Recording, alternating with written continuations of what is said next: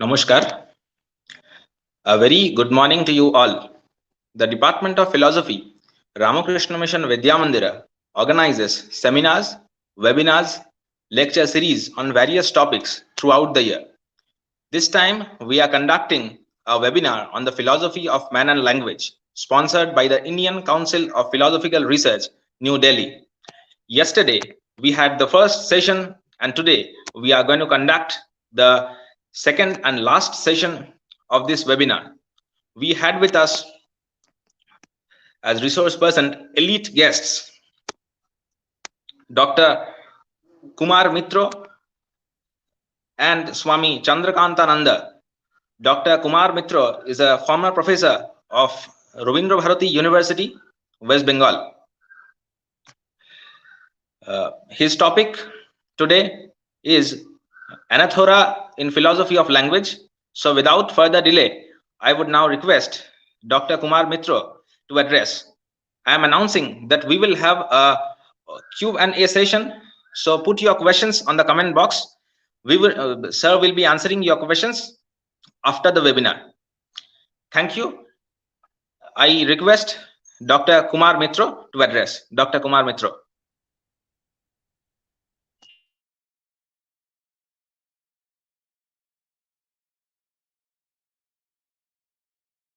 And dear students, I feel myself honored to get a chance to be before you. The title of my paper is, as already announced, Anathora, a topic in philosophy of language. Let me first say something on philosophy of language.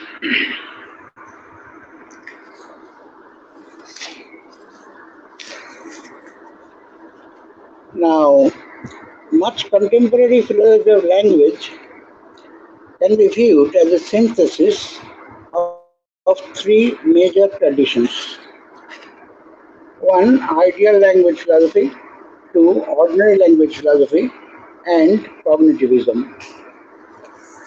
Now, in the ideal language tradition, uh, we find that ordinary speech is a rich source of vagueness, ambiguity, puzzles, and paradoxes, most of which go unnoticed by most speakers.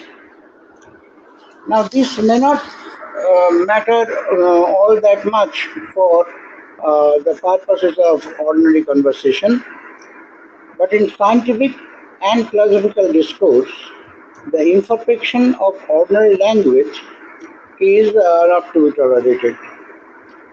So said Barton Russell, Gottlob Frege, W.V.O. Quine, and the philosophers of the ideal language tradition. According to them, ordinary language contains certain deficiencies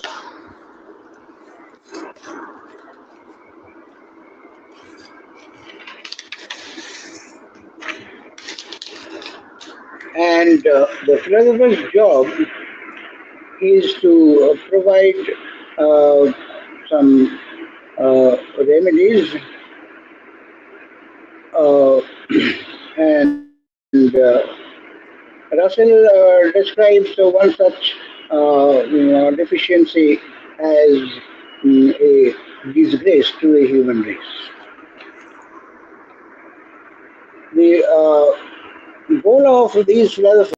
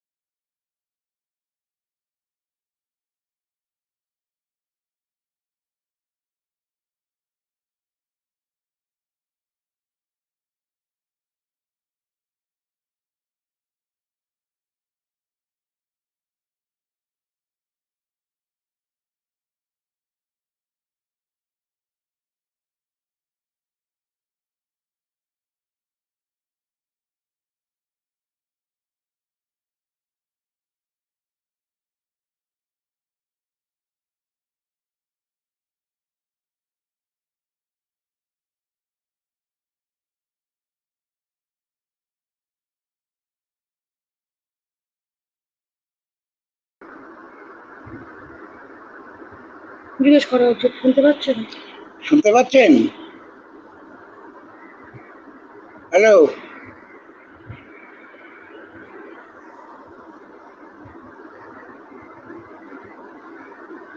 হ্যাঁ শোনা যাচ্ছে, আপনি continue করুন। হ্যাঁ আচ্ছা। Now the goal of these philosophers was to standardize and regiment language, explain away puzzles and paradoxes, and formally characterize ambiguities.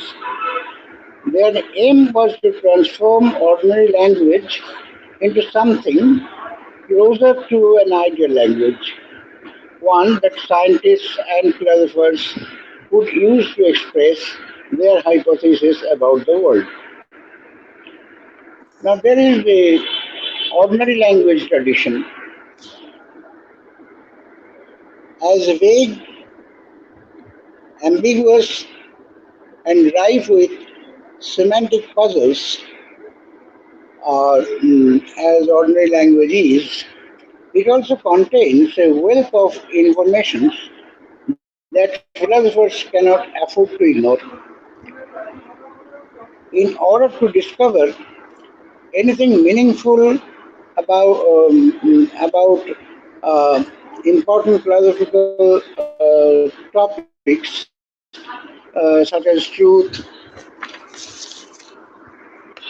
knowledge, justice, philosophers need to know what truth, knowledge, justice, and other related words actually mean in ordinary language.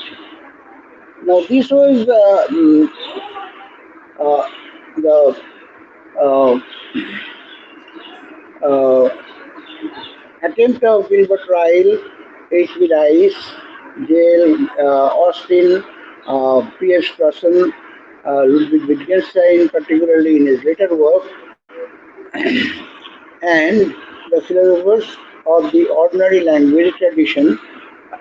According to them, philosophers must pay careful attention to the nuances of ordinary language use and must be particularly wary of uh,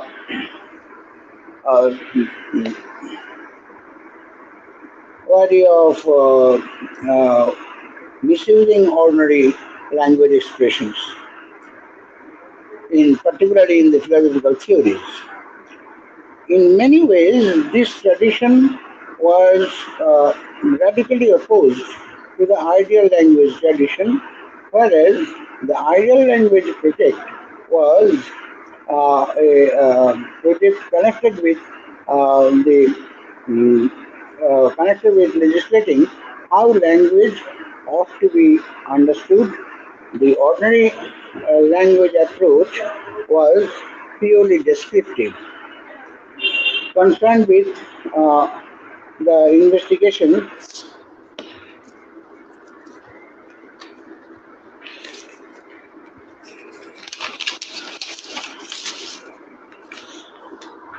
of how language is actually used. Whereas ideal language philosophers sought to construct a theory of meaning based on reference to the things in the world, ordinary language philosophers sought to construct a theory of meaning based on conventions of ordinary use.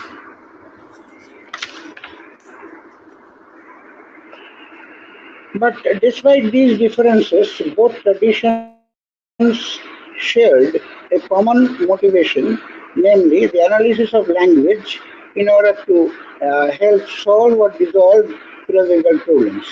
It is just that in pursuing this common aim, ideal philosophers were busy constructing a new language, while ordinary language philosophers were busy pointing out how philosophers tended to misuse the old one. Now, let us come to the cognitive tradition. Language is a fascinating topic of study in its own right, uh, regardless of its role in helping philosophers do their work. Now, the production of very simple speech barriers is far more complex than that was once thought, and working out how linguistic knowledge is structured and processed in the human mind should be a central goal in the scientific study of language. Now, that is what linguists in the cognitivist tradition tend to think. According to them, the goal of linguistic inquiry is not primarily to account for reference and truth or to characterize conventions of use, but rather to find out what it is about the human mind that makes language what it is. Cognitivism is actually a cross-disciplinary tradition concerned with the study of the human mind in general, but not just language. Now, reading figures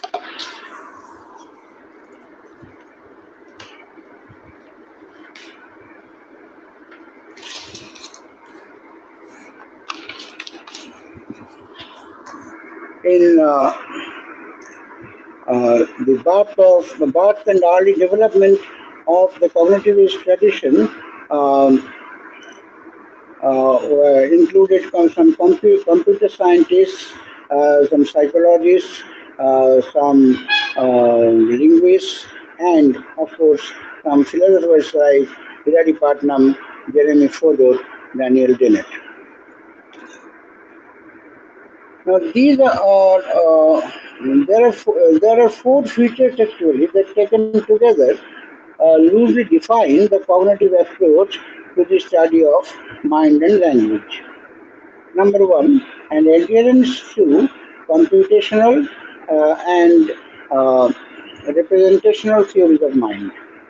Two, a rejection of most forms of behaviorism.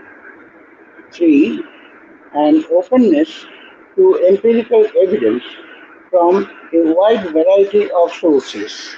And four, a tendency towards identifying scientific meanings with mental states rather than with things in the world or patterns of ordinary use.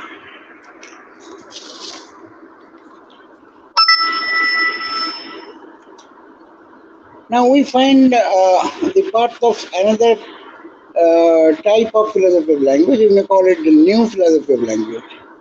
The new philosophy of language emerged in the 1970s as a synthesis of the ideal language, ordinary language, and cognitivist traditions.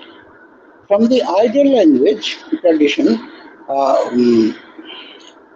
comes the use of rigorous formalism and a concern for the connection between language and reality.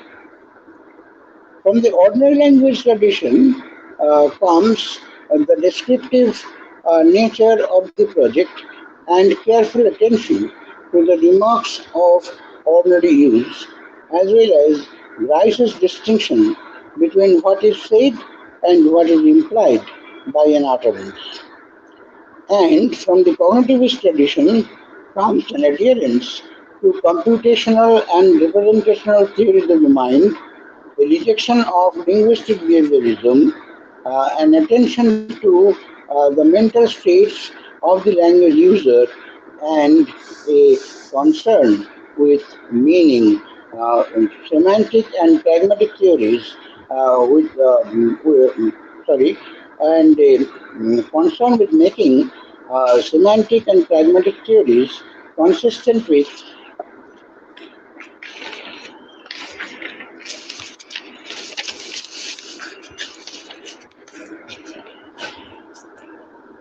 the relevant empirical results concerning language and the mind.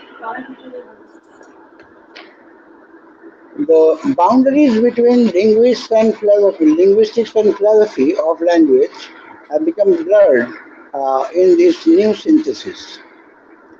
Whereas philosophy, uh,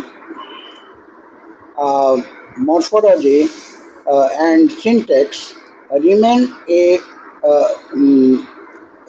concern mostly of linguists, scientists, and linguists and philosophers. There has also been considerable cross-fertilization between linguistics and philosophy of language. Linguists have adopted the formalisms of the ideal language tradition and the Greissian view of the relation between semantics and pragmatics that arose out of the ordinary language tradition.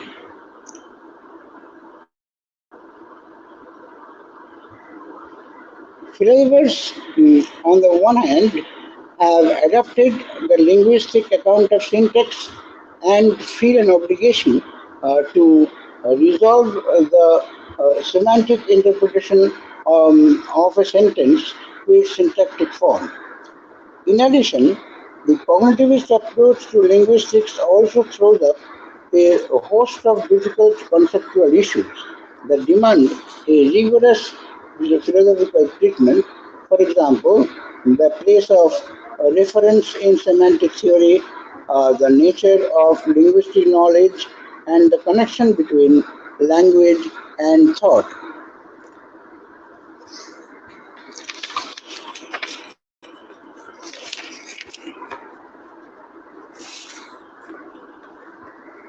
Now, to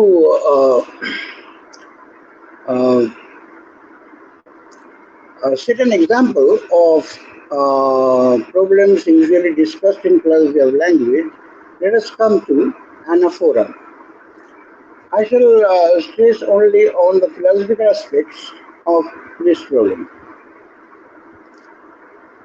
Anathora is the phenomenon whereby an expression which is called a proform, for example, he, a pronoun, so, a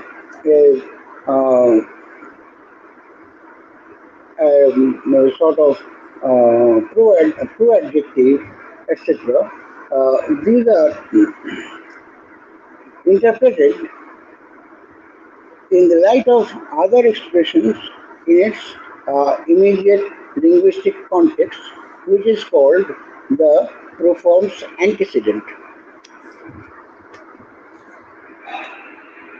Presently, let us confine our attention to analytic pronouns, since they are the instances of anaphora that are of most interest to philosophers and linguists. A simple example of an anaphoric expression is the following, where mono is the antecedent of she. Proposition number one, sentence number one.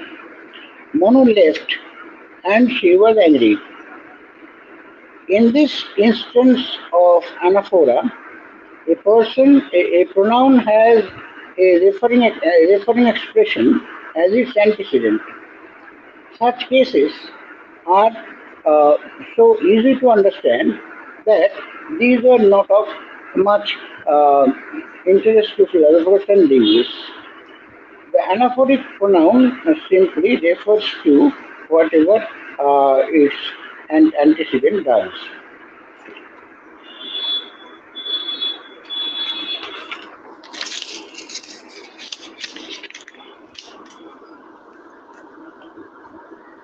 Another almost similarly simple example of an anaphoric expression is the following.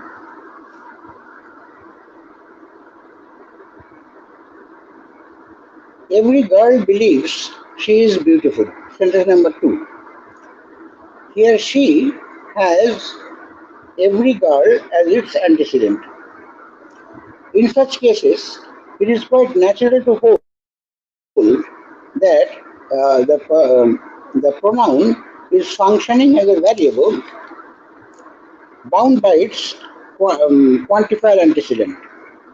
Thus, the sentence number 2 may be represented in the following manner.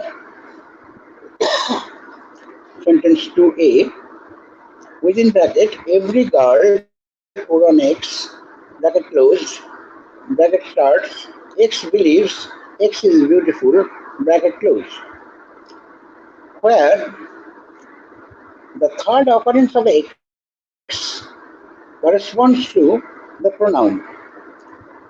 Here, the pronoun behaves like a variable in predicate logic, and the behavior of each varieties is well understood. Each variable is well understood. But there are some cases of anaphora which are puzzling. Here, let us discuss two such cases of anaphora.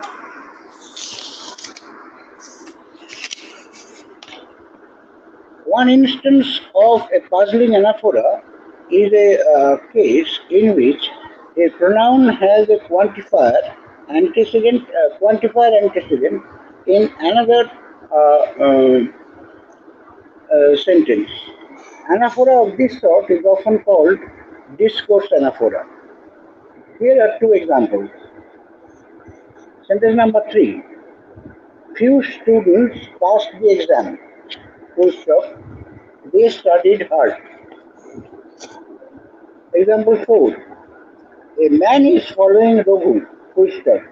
He is from the CID. Now there are at least two reasons for thinking that the pronoun in 3, that is, few students passed the exam, they studied hard. But here the pronoun is not a variable bound by its qualifier antecedent. The first is that such an antecedent, such thing needs the wrong truth conditions, for example, like 3. If they is a bound variable, in 3, the two sentences of 3 together should be equivalent to few students colon X, bracket starts, X passed the exam and X studied hard, bracket close. But this is obviously incorrect, since sentence 3 entails that few students passed the exam, but 3a, sentence 3a does not.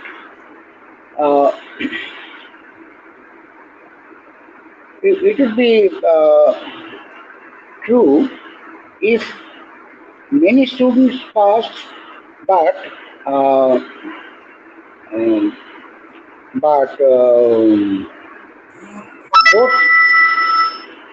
both passed and studied hard.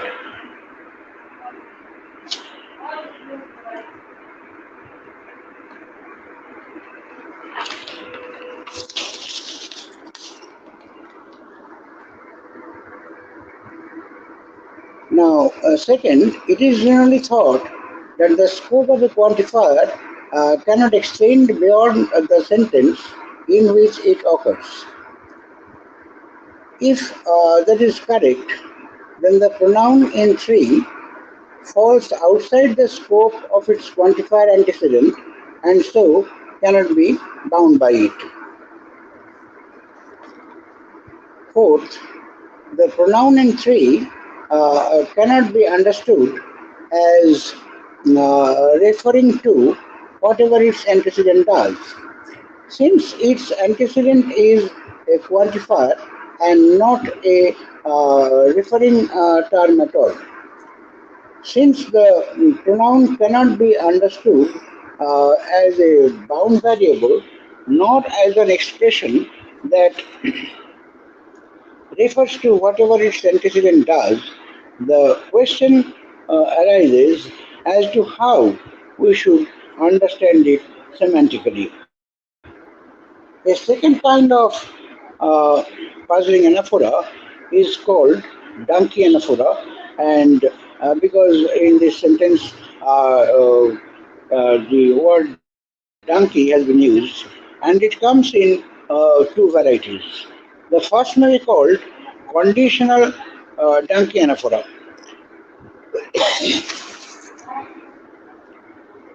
Sentence 5. If Ramu owns a donkey, he beats it, where it is anaphoric on a donkey. The second may be called relative clause donkey anaphora, like this. Sentence 6. Every person who owns a donkey beats it, where it is anaphoric on a donkey. Now, neither 5 nor 6 is talking about any particular donkey, and so the pronoun it cannot be a term referring to a particular donkey. Further, in the case of 5, all important evidence available suggests that a quantifier cannot take wide scope over a conditional and bind variables in its consequent. This suggests that the apparent quantifier, a donkey in sentence number 5, cannot bind the pronoun in the consequent. In addition, even if a donkey could magically do this in sentence 5, assuming it an existential quantifier, we still would not get the intuitive truth conditions of 5, while which requires that Ramu beat every donkey he owns.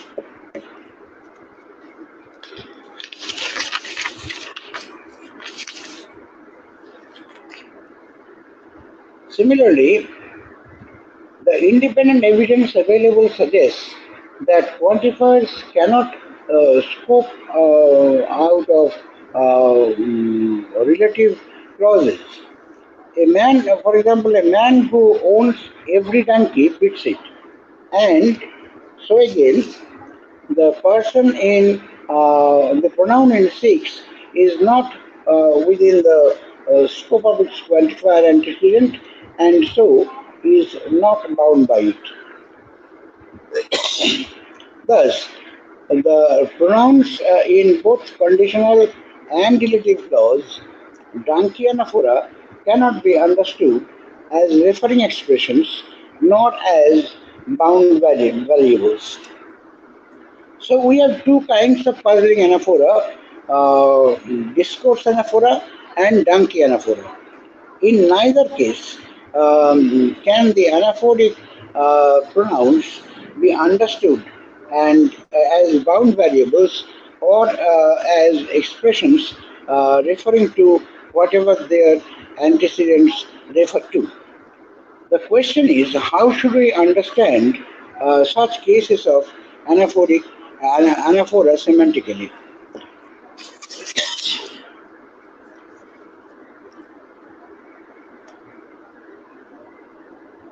A number of theories have been developed to answer this question.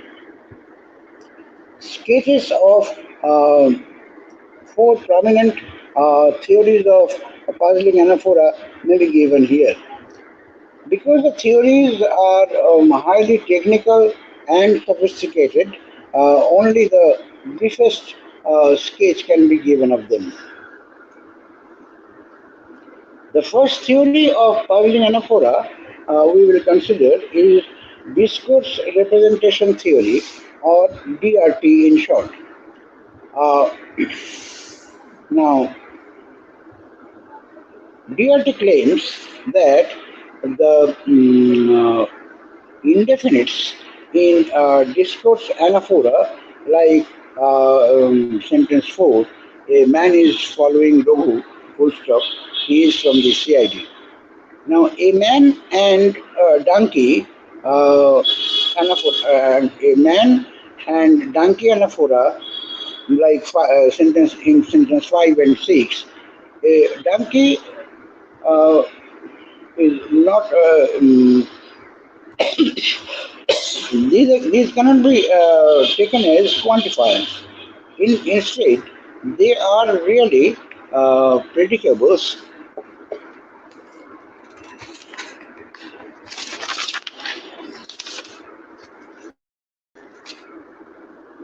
Uh, that introduce free variables. The anaphoric pronouns are variables in such cases too. The apparent existential force, like the indefinite in sentence 4, results from uh, the default existential quantification over free variables. In sentence 5, the semantics of the pronoun interacts with the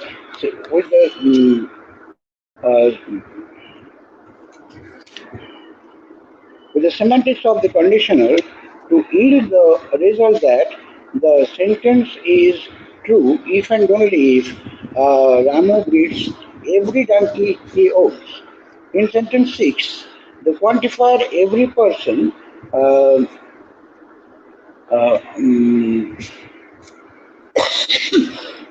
binds both the pronoun variables in logical form and the variables introduced by a donkey and it. So in sentence 6, the anaphoric pronoun is bound after all, but not by its antecedent donkey. Descriptive approaches to anaphora have been formulated by some philosophers and linguists like Evans and Parsons.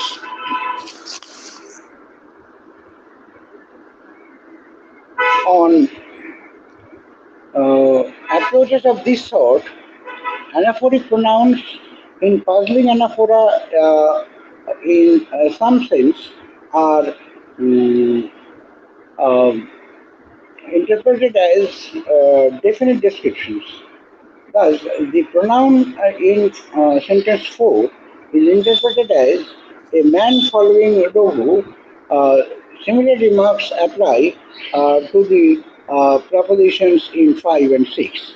Here, different accounts are given as to why and how sentence 5 and sentence 6 are true if and only if human or every person, every donkey he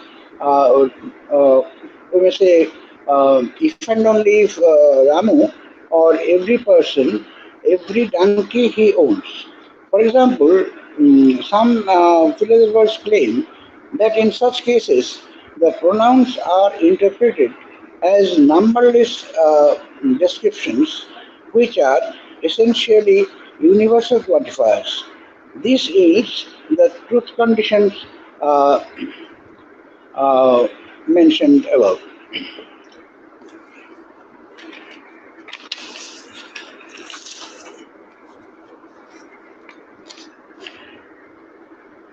Now, we find another approach. It is called the context-dependent quantifier approach, advanced by some linguists and philosophers like Wilson and King, etc. On this approach, pronouns in instances of puzzling anaphora are themselves quantifiers. This forces universal or existential restrictions uh, what the quantifiers range over. For example, every student ranges over students and relative scopes are determined by features of their linguistic contexts. Thus, according to this approach, the anaphoric pronouns in puzzling anaphora are contextually sensitive devices of quantification. Now, the precise natures of quantifications they express are determined by features of their linguistic context. In CTQ, that is in this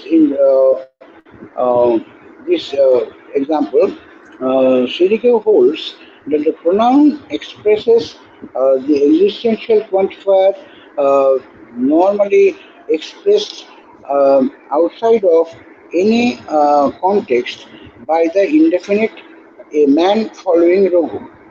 Now, similar remarks apply to example sentence 5 and 6, except that semantics of the conditional interacts with the pronoun qua quantifiers to get the proper reading of 5 and in 6. The pronoun quantifiers takes narrower scope.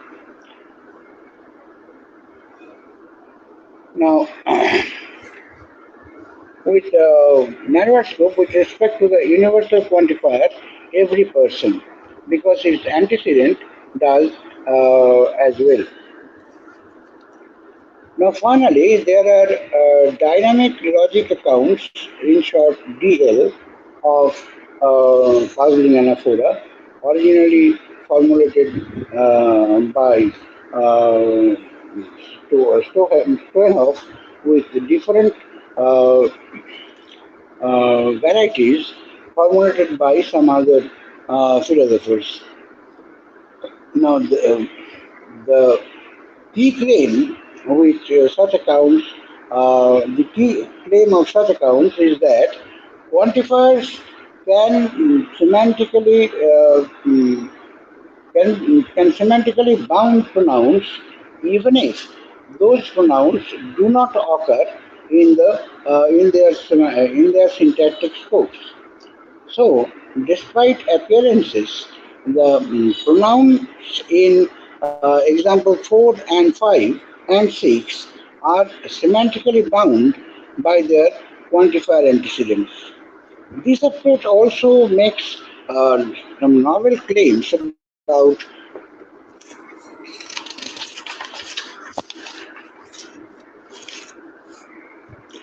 the semantics of conditionals and universal quantification. At this stage, of inquiry, it is fair to say that there is no consensus on which the above-mentioned theories is on which it can be said that the above-mentioned theory, which one theory is correct. Each of the theses passes, or rather, we should say, each of the theories faces some difficulties, and it is difficult to determine which theory is the most successful one. It is to be hoped that future research will share more light on the proper theory of puzzling anaphora. Thank you all.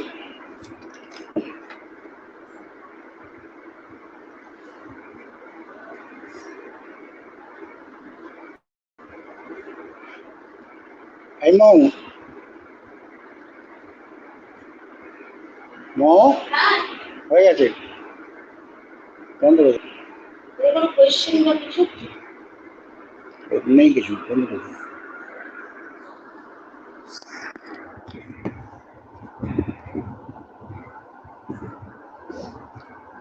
You are in the show. তোমার কি জিজ্ঞেস করার কোনো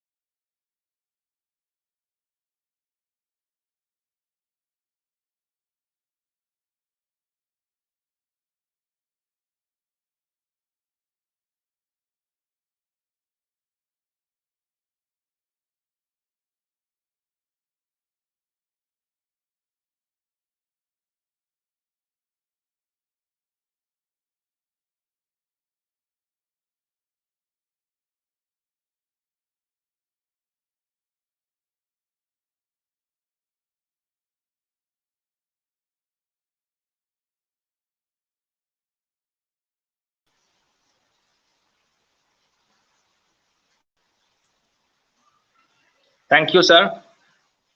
We were largely enlightened by the lecture. Now, is Swami Chandrakantananda ji online? Hello.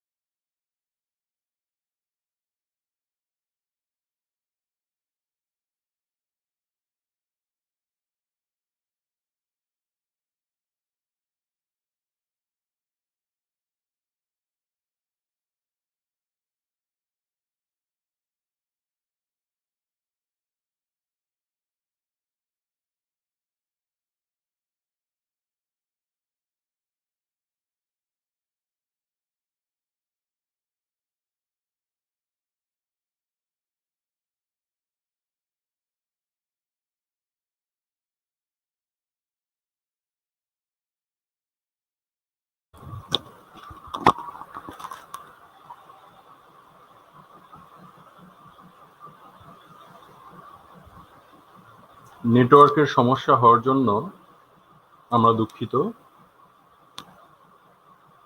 দর্শকদের কাছে অনুরোধ করছি আপনারা কিছুক্ষণ অপেক্ষা করুন। কিছুক্ষণের মধ্যেই মহারাজ এসে পড়বেন আশা করছি।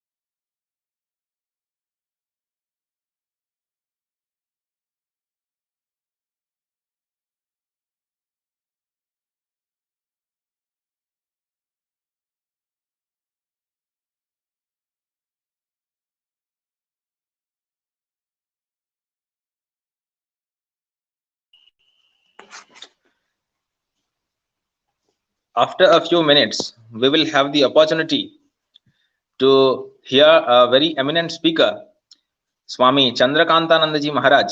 He is from Ramakrishna Mission, Belur Math. He will speak on the concept of man of Swamiji.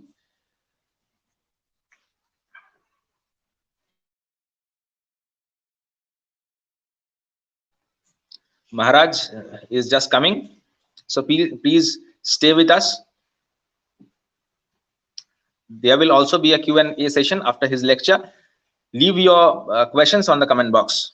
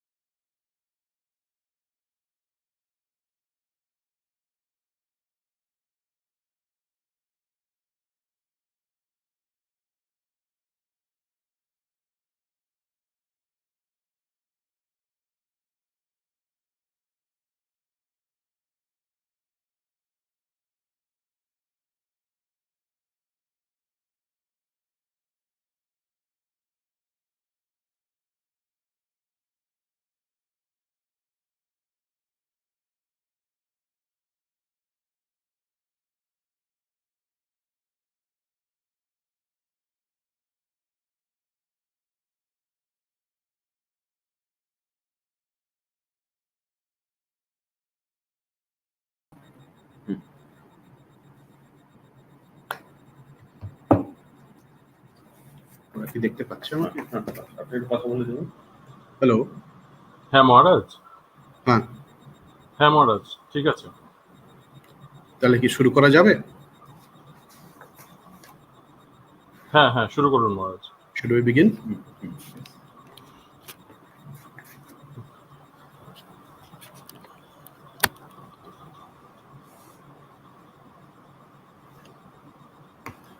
So, good morning to all. I would like to thank the Vidyamandira authorities for inviting me to this webinar. At the outset, let me start by a simple amendment.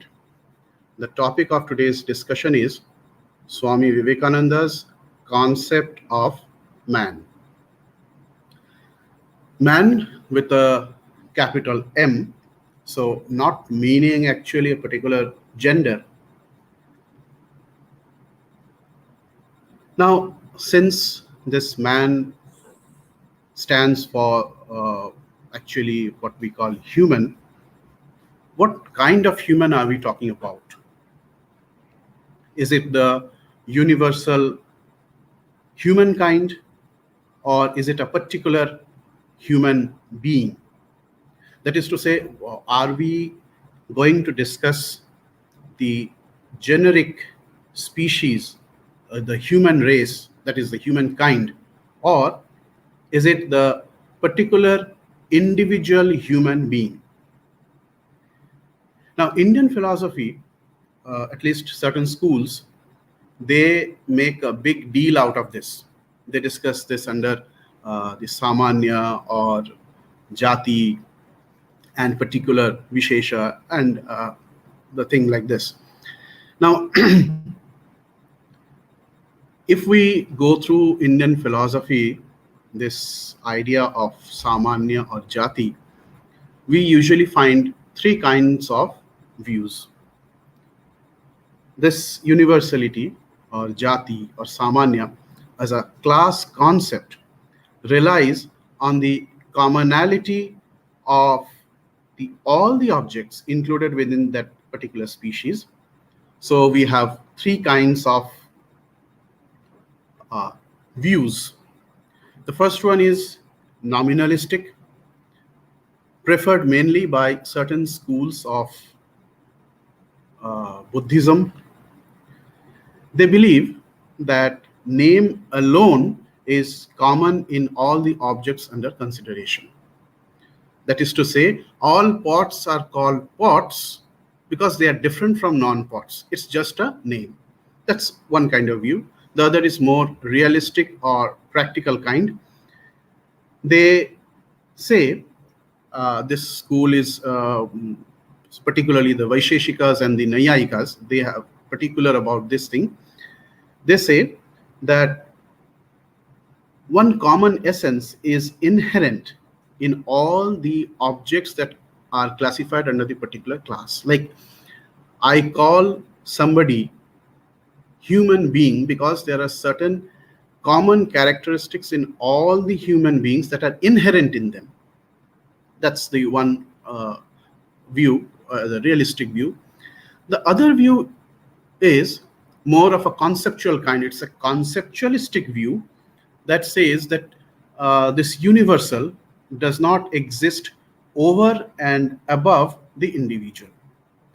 Especially the Sankhya and the Vedanta school, they are more into this kind. And they say that this particular and the general, the universal, they are related by the way of identity. Now, I guess here human means both humankind and human being, both as a race and particular. Swami Vivekananda, being a Vedantin, so he is not much bothered about this fine distinction. To him, the difference is only in degree, not in kind. So, because this concept of universal, the name and the particular, they are just concepts.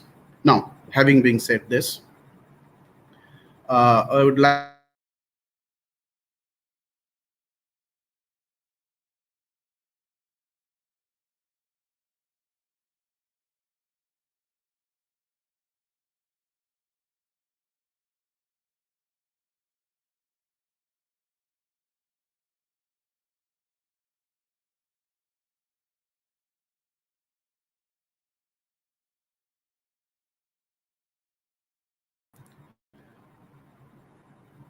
I witnessed one incident. A lady devotee, she once came to Maharaj, wanted to offer her pranams. There was a small child with her, and she made the child bow down to the Swami, and he said, "Maharaj, please bless him, that may he become man." That's the way of saying in Bengali, Manush. May he become a human being. And Bhuteshanji Maharaj, he was a great scholar. So he immediately said, "Oh, what kind of human being more you want? He already has 2 hands, 2 feet." And the lady interrupted. She said, "No, no, not that kind of man. I want him to be a proper human being. Manusher moto manush hok." That's the way of saying in Bengali. Let him be a proper man, proper human being. Then Maharaj became serious and he said certain things. You do these things. These are the ways uh, you can make betterment of yourself. And then last he says, if you follow this, why man? You will become God. I narrate this story, this incident, because this pretty much sums up the concept of Swami Vivekananda, what a man should be. Man, not only human being, not only becomes man, becomes God, because that is essentially what man is. Now, man occupies the central philosophical position in Indian philosophy. In Indian philosophical quest, man is the center, and it is more true for the Sankhya and Vedanta systems of philosophy. Now, Swami Vivekananda, he subscribed more to the Vedantic view, but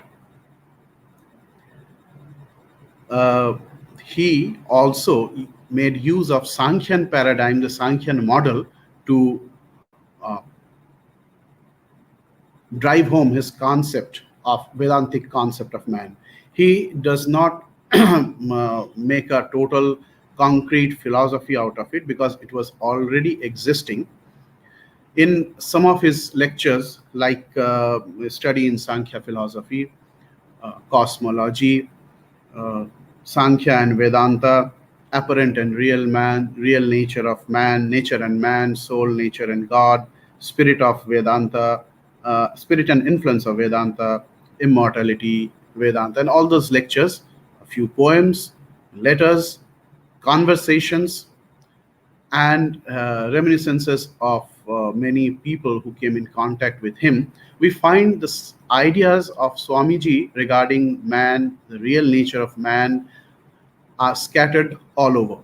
So what we are going to talk is just culled from the entire thing. Swamiji's works, complete works of 9 volumes, we have culled from that, and we have tried to make a coherent statement of Swamiji's concept. Now, Swamiji starts with basics, the relatable entity that we see all around, that is the creation, and it's a good place to start. Sankhyans say that this entire creation has been put in place for man. Man is the central entity for which the entire creation has been put in place. The Sankhya Karika says, Sanghata Pararthatvat. The Sanghata, the entire, this combination of creation is for the other, third party. Swamiji concedes to this point, and in his lecture Sankhya and Vedanta, he says that all the manifestations of nature is for the soul, all combination are for some third person.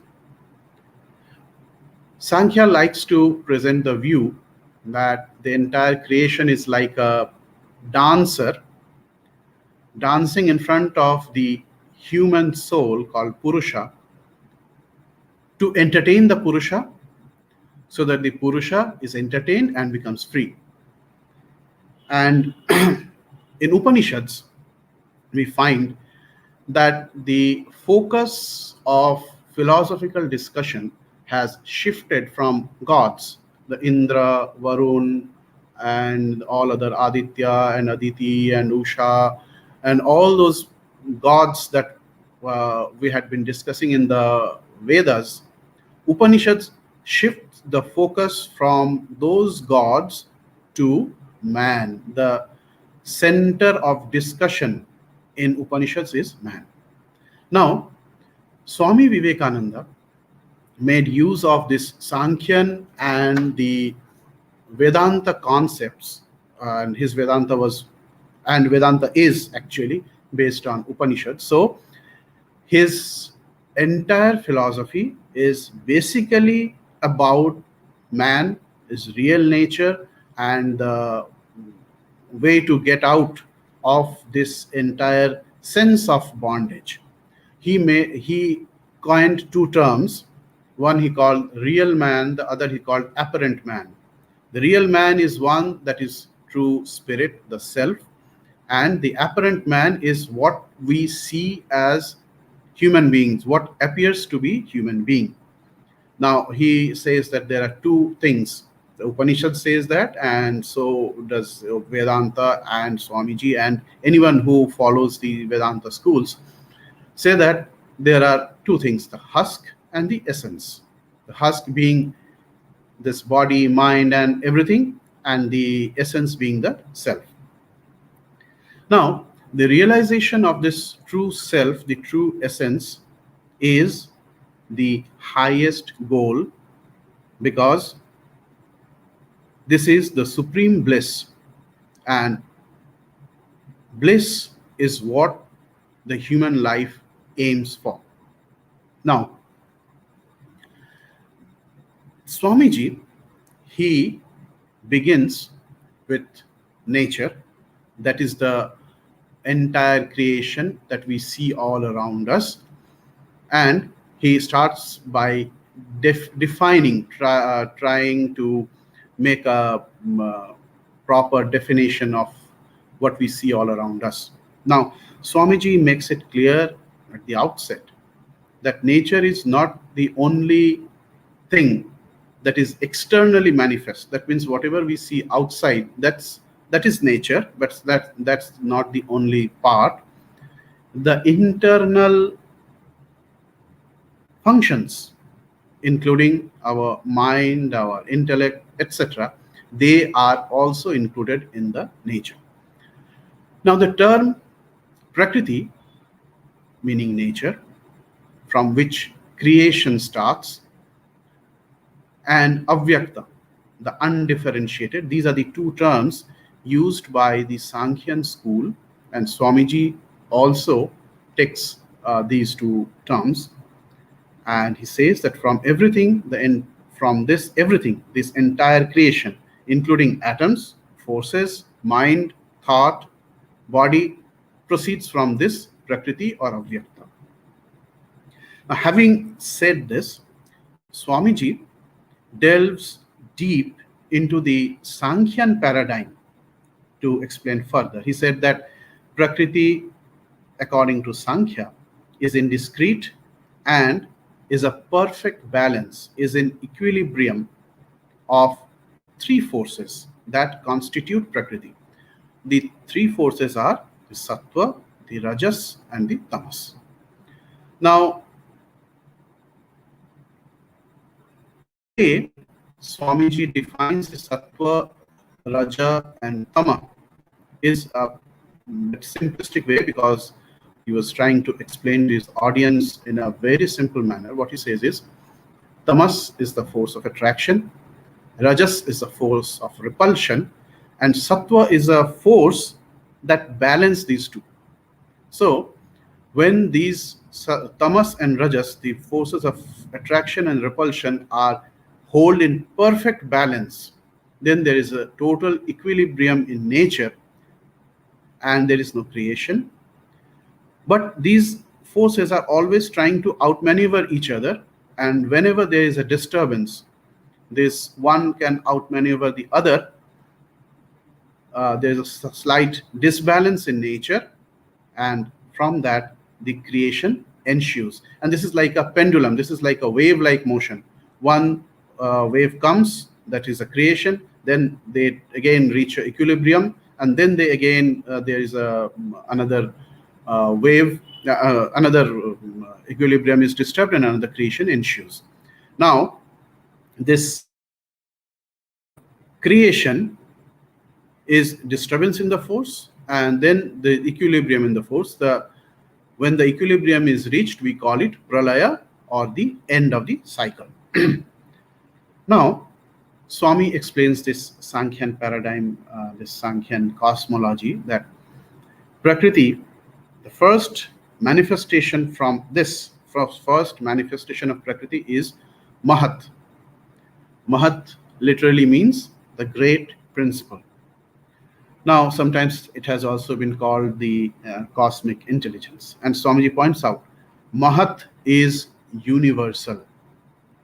It covers all the grounds of subconsciousness, consciousness, and superconsciousness. And Swamiji, considers Mahat to be an important principle. It is important to understand this principle, important to understand the Mahat in man, to understand the real nature of man, and it being inclusive of all three states of consciousness. It is universal of universals. Now, here Swamiji lightly steps into the domain of phenomenology. Though the word phenomenology he might not have been aware of, probably the school of phenomenology was not firmly founded during this period, yet he wanted to explain these states of consciousness, the structures of consciousness, and he says that subconscious state is what we find in the animals, in which their consciousness is more like an instinct. It is mostly infallible, but it's limited. It cannot go beyond certain limits, but it hardly fails. That's what animals are all about. Little higher than this subconscious, we have conscious thinking, where rationality comes in, and it's far more inclusive. It goes beyond great limits. So we see rationality in human being, it is fallible. It fails more than instinct, but its scope is much wider. That is why it's considered to be a higher state. And the next state is of the super consciousness, and that is, Swamiji says, super conscious states belongs to a meditative state of mind. It belongs to meditative state of mind of a perfected yogi. And this state is also infallible, and it is limitless. So that is how he explains this structure, and he from this he derives that man is a compound of animality, humanity, and divinity. Here, animality means the instinctive existence, humanity being the reasoning state, and divinity being the super conscious existence. Now, back to the evolution of Prakriti. Now, Swamiji refers to the Sankhyan paradigm, the Sankhyan model, and he says from this Prakriti comes Mahat, from Mahat comes Ahankara, the egoism, and then there comes the universal sense organs, the universal fine particles, like all those things. If we study the Sankhya cosmology, we get into it, that Ahankara and then Manas, we have Indriyas, we have Tanmatras, and the entire gross materials, the Bhutas, everything comes into being, and they combine and they go on creating grosser materials, grosser things, and this world, the creation as we see it, comes into existence. Here, Swami Vivekananda, he adds a certain thing, which is a sideways insertion of his. He says that Chitta and the mind works and manufactures primal forces or energy called prana, and this prana combines with one of the materials, one of the elements called akasha, for further creation. Now, incidentally, this word creation, Swamiji is not in favor of it. He says creation means that you create something out of nothing. There was nothing, and something comes into existence. That is what creation denotes. But in this sense, the creation has not been endorsed in Sankhya and Vedanta. They say they would prefer the term manifestation or projection. So there was something, from that it gets modified, transformed, or projected. Now, as we have discussed, this Prakriti was in the beginning, and Prakriti was indestructible. Why Prakriti is indestructible? Because decomposition or death or destruction means going back to the cause. That is, cause, from cause, effect comes into being. So destruction of the effect means going back to the cause. And since something cannot come out of nothing, there always has to be something, there has to be some existence from which the other existence comes or gets transformed, whatever. So you cannot totally annihilate because it was already existing. Say, for example, we have a pot. If I break the pot, grind it to pieces, make them fine dust, dust, use some chemical process to apparently annihilate it, still the thing does not go into nothingness. It becomes finer and finer. Maybe it even goes to atom or maybe a finer stage more, but it doesn't become nothing, because the very idea that something cannot come out of nothing. Now, what do you mean this coming, something coming out of nothing? What is the meaning of this coming? Coming means there is a cause, there is a thing, it gets transformed, it gets modified, and it becomes something else. So we cannot give back nothingness to anything, because if there is anything, that means there is something behind. This is called Sankocha and Vikasa. We can use a bit better term to understand, like it's involution and evolution. Sankocha means it's shrinking, constriction, going back, and Vikasa means manifestation, that is coming out. That is the basic idea. That is, this creation is going to Sankocha, going to shrinking, and in the next cycle it will again manifest. So involution means this cycle of creation is the involution of the previous cycle, and this creation is the evolution of the previous cycle, and this cycle will again be evolved into next cycle. So that is how the Sankhya looks at this process of creation, process of manifestation rather. Now, there is another entity apart from Prakriti, that is called Purusha, which is conscious, which is beyond the pale of Prakriti. So it is for this Purusha that this entire creation is happening.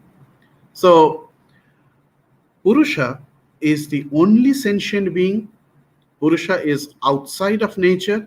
It is of the nature of consciousness. It is immutable, and it is which that says I. Now, some may object, like some of these nihilists, they object that it's totally unnecessary to posit an immutable conscious existence, say Purusha. Mind is a perfectly logical explanation for this conscious entity called I. To this, the Sankhyans say, no. Suppose you want to see a picture. So you have to project that picture on a stationary screen. You need a screen. If you have a projector, you need to project the picture on a screen which will be relatively motionless, which will be relatively immutable than the entire moving panorama. So in order to understand the workings of the mind, you need something stationary, something relatively stable. And that relatively stable existence, that is, understand the mutation, we need immutable existence, is this conscious identity, conscious entity called Chit, called the Purusha himself. Now, by this time we have gathered that this Purusha is the real I, that is the real man, and it is neither this body nor even the thought construct. Sankhya's say that the Purusha is not even a compound. It cannot be a compound entity. The Sankhya ontology posits that Purusha is a simple entity, not compound. He is immaterial. He is not a material entity. He is the only immaterial entity beyond pleasure and pain. Though he feels it, the technical term would be he enjoys it, experiences it, but though he is beyond this pleasure and pain, yet somehow he feels it. Now, why does he feel it? He says, because the apparent man, this Purusha is the real man, but there is another apparent man. And what is this apparent man? Here, the apparent man is the organs, the sense organs, the motor organs, all included, the prana, the vital force, the mind, the intelligence, or the buddhi. They constitute a finer body of man called Linga Sharira or Sukshma Sharira, the fine body. And this also has a form, a very fine form, not the gross, but a very fine form. And this is what makes apparent man the real enjoyer, the real experiencer. Now, consistent with this Sankhya model, Swamiji says, Purusha is the unwitting cause of all changes in the universe. What is then Purusha? It is neither intelligence nor will, but it is cause of all of this. It does not mix with nature. It is not intelligence or mahat, but self that is pure. I am the witness, and through my witnessing, the nature is producing all that is sentient and all that is insentient. That's a quote from Swamiji. Now, again, Swamiji posits that everything that exists has two aspects. One is nominal, is unchanging, indestructible. The other is phenomenal, it's changing and destructible. Now, man in his true nature is spirit. And this spirit never changes, never destroyed, but it appears to be clothed with a form, have a name associated with it. The name, the form, these things changes. They are the phenomenal thing. Man looks at all these changes, though himself changeless, and through what Vedanta called adhyasa, that is by reflection or by implication, he seems mutable. The celebrated example is when you put a flower in front of crystal, so the crystal picks up the color of the flower, though it's not actually having a color as inherent within it. So far, the soul, which is the real man, somehow get muddled and becomes apparent man. And this entire thing that goes on in being born, death, changing, going to heaven, going to hell, going to any other species, being born, and the entire thing, the cyclical thing, like a vicious cycle, it is just there so that man can gain experience, and as a result can understand that I am not this, I am truly the spirit, and he becomes free. This is the entire purpose of the creation as Sankhya sees it. Now, according to Sankhya, Prakriti is without beginning, but man is somehow, some man somehow feels is tied to it. He is in bondage. Now, this bondage belongs to Prakriti and not to man, not to Purusha. Now, if Prakriti is really eternal, then how can you get out of Prakriti? Sankhya says Prakriti is eternal in the sense it's like a river. The river, as a river, it is unchangeable, immutable, but as a flow of water, not the one body of water is different from the succeeding body of the water or the the water body preceding it. So that way, the nature is constant within change, a change within constant. So there is a scope for the souls to get out of it. With this, Sankhya says there is no necessity to posit an entity called God, who is the creator of all these things, because there are two basic entities. One is Prakriti, the nature, and the other is Purusha, the luminous self, and both of them are uncreate, omnipresent. Because they are uncreate, they are not created, they are indestructible, hence eternal. So both Purusha and Prakriti are eternal, omnipresent, hence infinite. So we don't need a God who creates them and destroys them, because they are eternal, they cannot be destroyed. So God is totally an unnecessary concept in Sankhyan model. And Sankhyan further says there is one composite single unity in Prakriti, whereas there are infinite number of Purushas. There are innumerable Purushas. We don't know how many of them are there. That is why they call it infinite number of Purushas. But there's one single composite unity that is called Prakriti.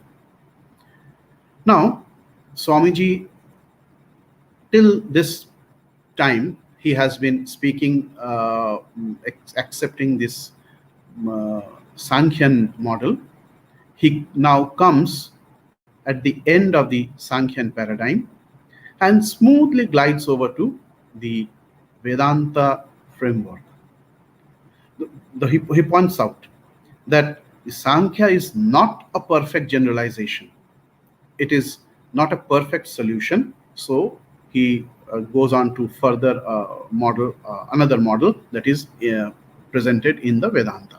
Now, before going to Vedanta, he shows the limitation of Sankhya by pointing out two objections.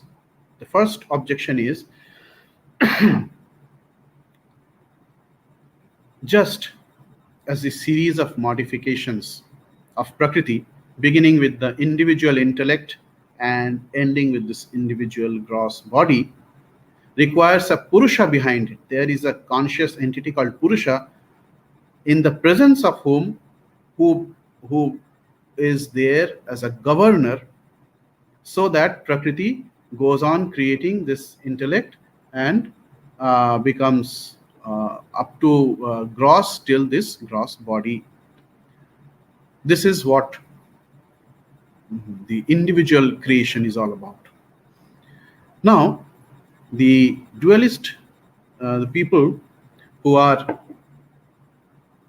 dualist, Dvaitavadins, Vedantin, but in a dualist framework, they say that, okay, if we need a Purusha who creates individual being from individual intellect to individual gross body, there is also universal intellect, universal mind, and all those things. We need another conscious entity for that.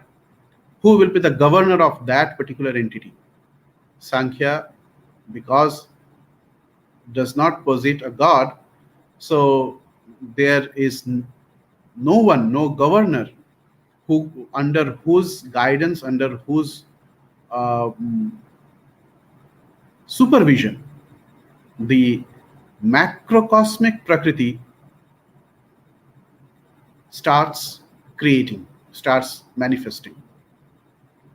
The dualist Vedantin, the Dvaitavadins, they say that there is an universal self which is beyond this universal modifications, and he is called Ishvara, the supreme ruler. He is God. That soul which is behind each mind and each body is called Pratyagatman, the individual Atman. And that soul which is behind the universe as its guide and governor is God. So this universe is a manifestation and God is a manifester. Now, since this Prakriti is eternal, the creation is also eternal.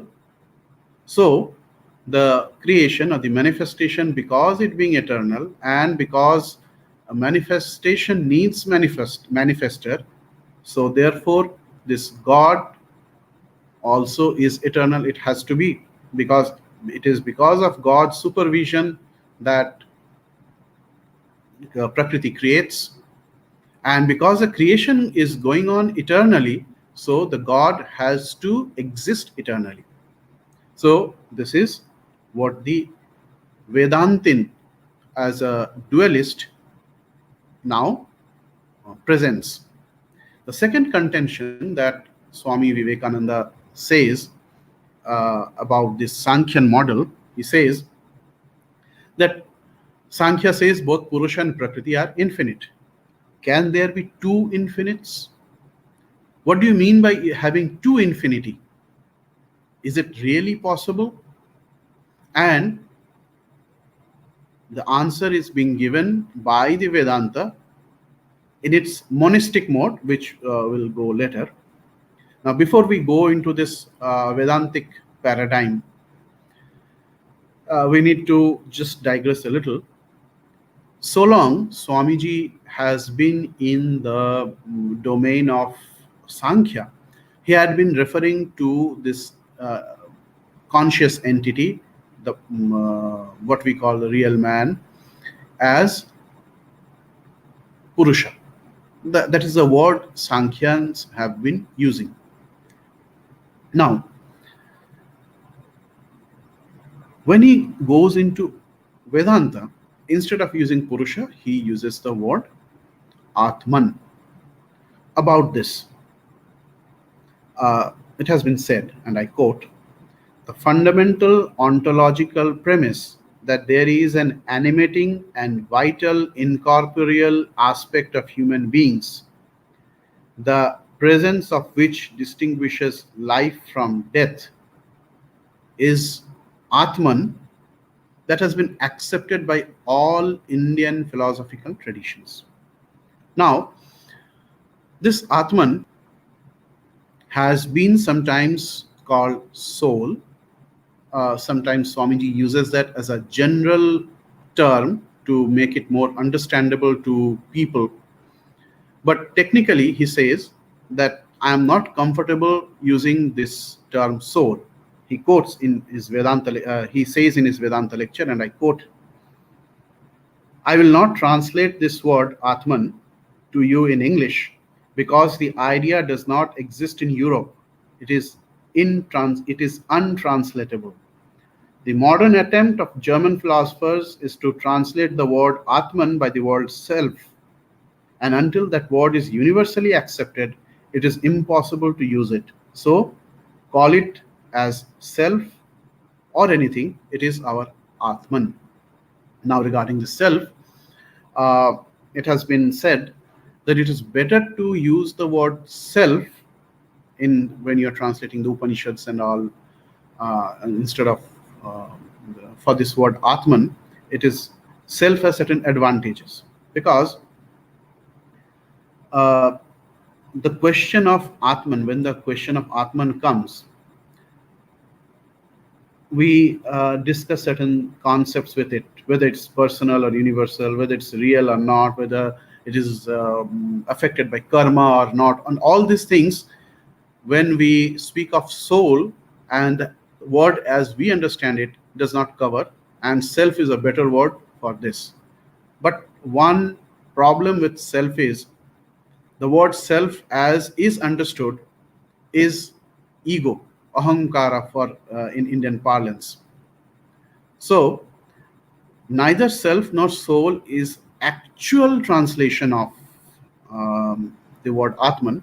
Hence, Swamiji prefers using the word Atman, though sometimes he uses the word soul, and sometimes, oftentimes, he uses the word self to express this idea of Atman in English. Now, we go to this Vedantic aspect. From Sankhya, Swamiji has pointed out two objections to Sankhyan model, and the first one was that we need a universal Purusha for this universe, the universal creation, the cosmic, the macrocosmic creation. So, according to that kind of Vedanta, this Dvaita Vedanta, there are three entities. One, the hair is what we see all around is nature. It is infinite but changeable. Then there is God, which is unchangeable, the manifester of all these things is unchangeable, obviously. And there is another entity called Atman, called self, called soul, which is also unchangeable, but under the governorship, rulership of God. So, three eternal entities: God, soul, and nature. Of this, nature is changeable. God and Atman are unchangeable, but God is the ruler of nature and soul, and both of them are under him. So that is how the Dvaitavadins, the dualist Vedantins see God. This is the, Swamiji says, first stage of religion, when we see God and soul and nature as distinct and separate entities. This is the first step to religion, first step to spirituality. Swamiji uses religion and spirituality usually in as an interchangeable terms. Now, as we go on analyzing, we delve deeper, we gradually see certain shortcomings of this view. Swamiji says that then we have God who creates, who is the cause of the projection called universe. Now, we know that cause is what changes, what becomes effect.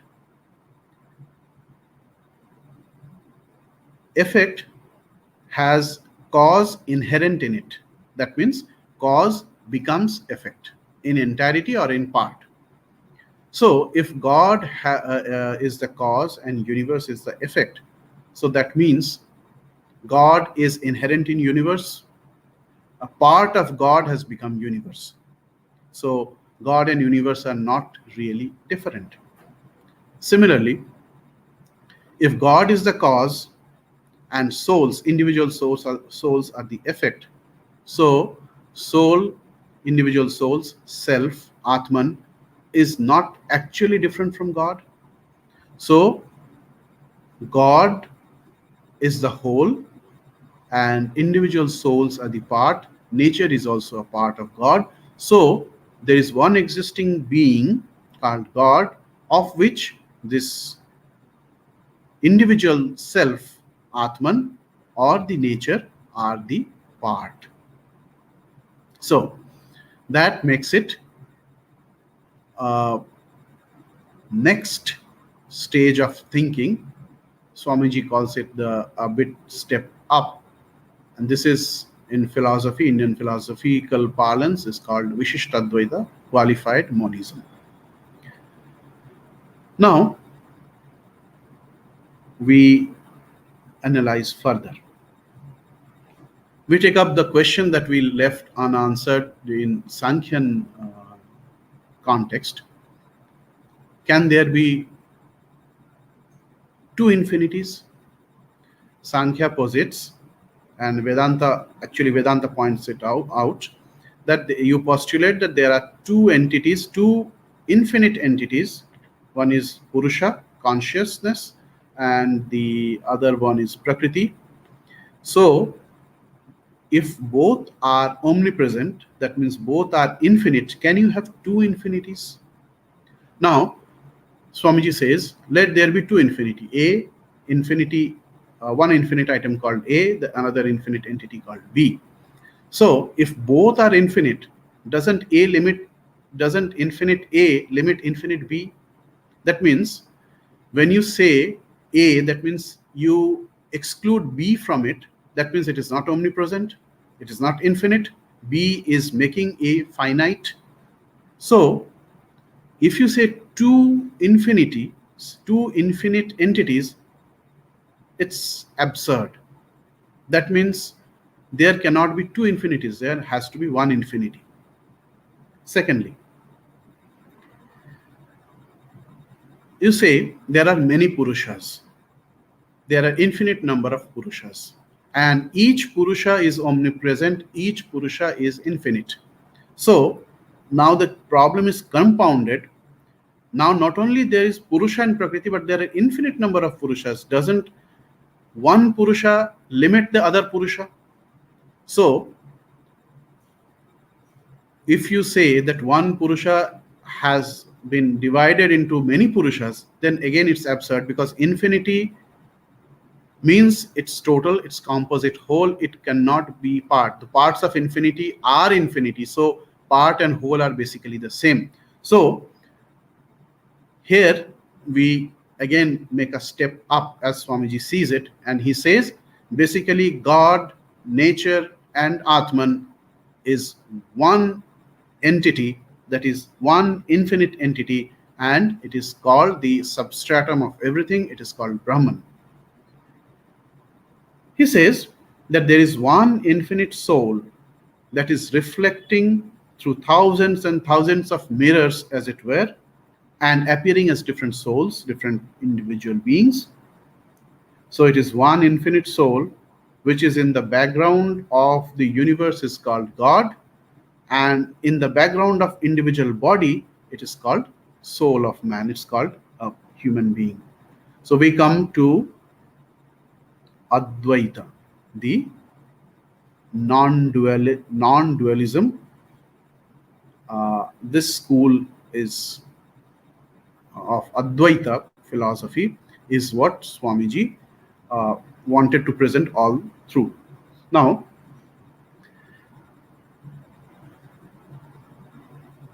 Swamiji says that Atman is the real man behind, and it uses the material mind, that is called Antakarana, as its instrument.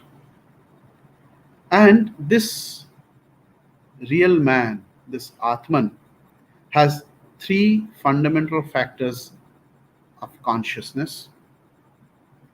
These are I exist, I know, and I am blissful.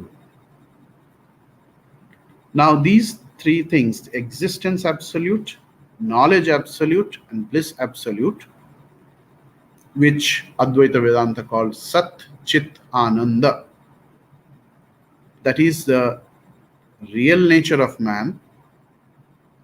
And they are not qualities, because qualities come and go, qualities are conceived in mind, but these are essence of the soul, and they are not actually three. They are one entity just appearing as three. So everything in this universe is one, appearing in various forms. When a little part of it comes, as it were, into this network of time, space, and causation, it takes a form, and when it gets off the network, it becomes as it was. So there is one entity called Brahman. God, nature, man, everything is within it, or are just maybe seen as a manifestation of this. The Swamiji has put this poetically in words. He says, the whole universe is your body. You are the universe, both formed and unformed. You are the soul of the universe and the body. You are God, you are angels, you are men, you are animals, you are the plants, you are the minerals, you are everything. The manifestation of everything is you. Whatever exists is you.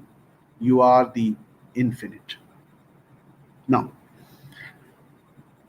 if the real man, the real existence is limitless, unmixed, uncombined, knows no change, it is the free soul, then it is muddled up, as it were, with the mind and becomes what we call individual existence. Like we call it, this is a plant life, this is animal life, this is human life. Like there is the space, and within this room, I call this a space within room. I go outside, I call this the outside room, like that. The examples, the term used by traditional Advaitins is Ghatakasha, Mathakasha, like that.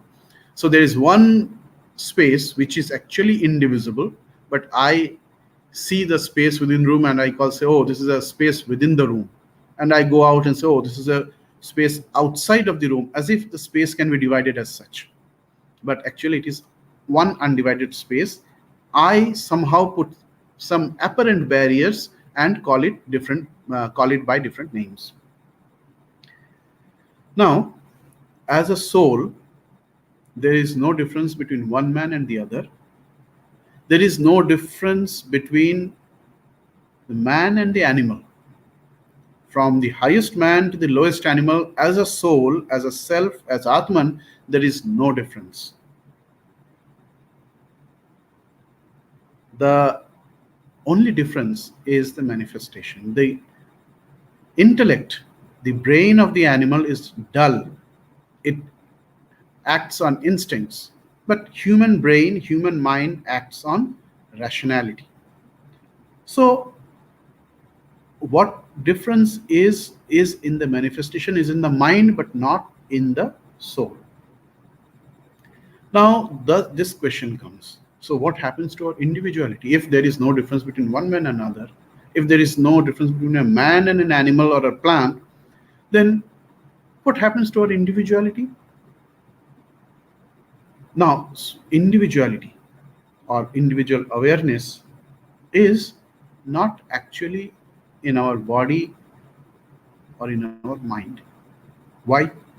Because neither this body nor the mind is sentient. What do you mean by sentience? What do you mean by consciousness with capital C? It's what we call as reactive power. The power, the capacity to react to the situation spontaneously is what we call sentience. An anecdote from Swamiji's life. Once Swamiji was traveling with one disciple of his, and he saw an engine running on the tracks. Swamiji pointed that engine, to this railway engine, to his disciple and said, see, it's powerfully, how powerfully it moves. It's like moving like a lion. The disciple, he was very learned in Vedanta. He said, Swamiji, how come it's powerful? It is just a matter. It's a very gross thing. It's running on the power. It's running, and the thing, and it's running because there is a sentient human being is running it. It cannot run on its own. It has no sentience. Then Swamiji asked him, what do you mean by sentience? What do you mean by Chaitanya? The disciple said, why? It's acting rationally. Swamiji was not satisfied. He said, no, sentience means it's acting against nature. Nature is with capital N. When you see rebellion against nature, you know that is the sign of life, that is the sign of Chaitanya, that is sentience. You see, even a small ant is sentient, because you just go and try to kill it, it will put its entire might, it will rebel against you to protect itself. That is sentience, to rebel against nature that is trying to put you down. Now, going back, Swamiji says that individuality is not in body and mind. He says, we are not individuals yet. We are yet to acquire our individuality. We are struggling to attain individuality. What is individuality? He says, when you have the actual knowledge of the real nature of man, when you have the knowledge of your real nature, I am in everything, I am in everybody, I am in all lives, I am the universe. That is individuality, which no one can take away from you. If you think you are so and so, tomorrow there might be some modifications. If you say I am a body, tomorrow you may not have a body. You say I am mind, tomorrow you may lose your mind. You say I am this because I am related to this person or this thing. So if that thing or that person ceases to exist, your individuality will cease to exist. So your individuality is not dependent on something permanent, something eternal. When you have realized that you are Atman, you are this entire universe, which no one can take away from you, then you have become a real individual. Swamiji says, the real man is one unit existence.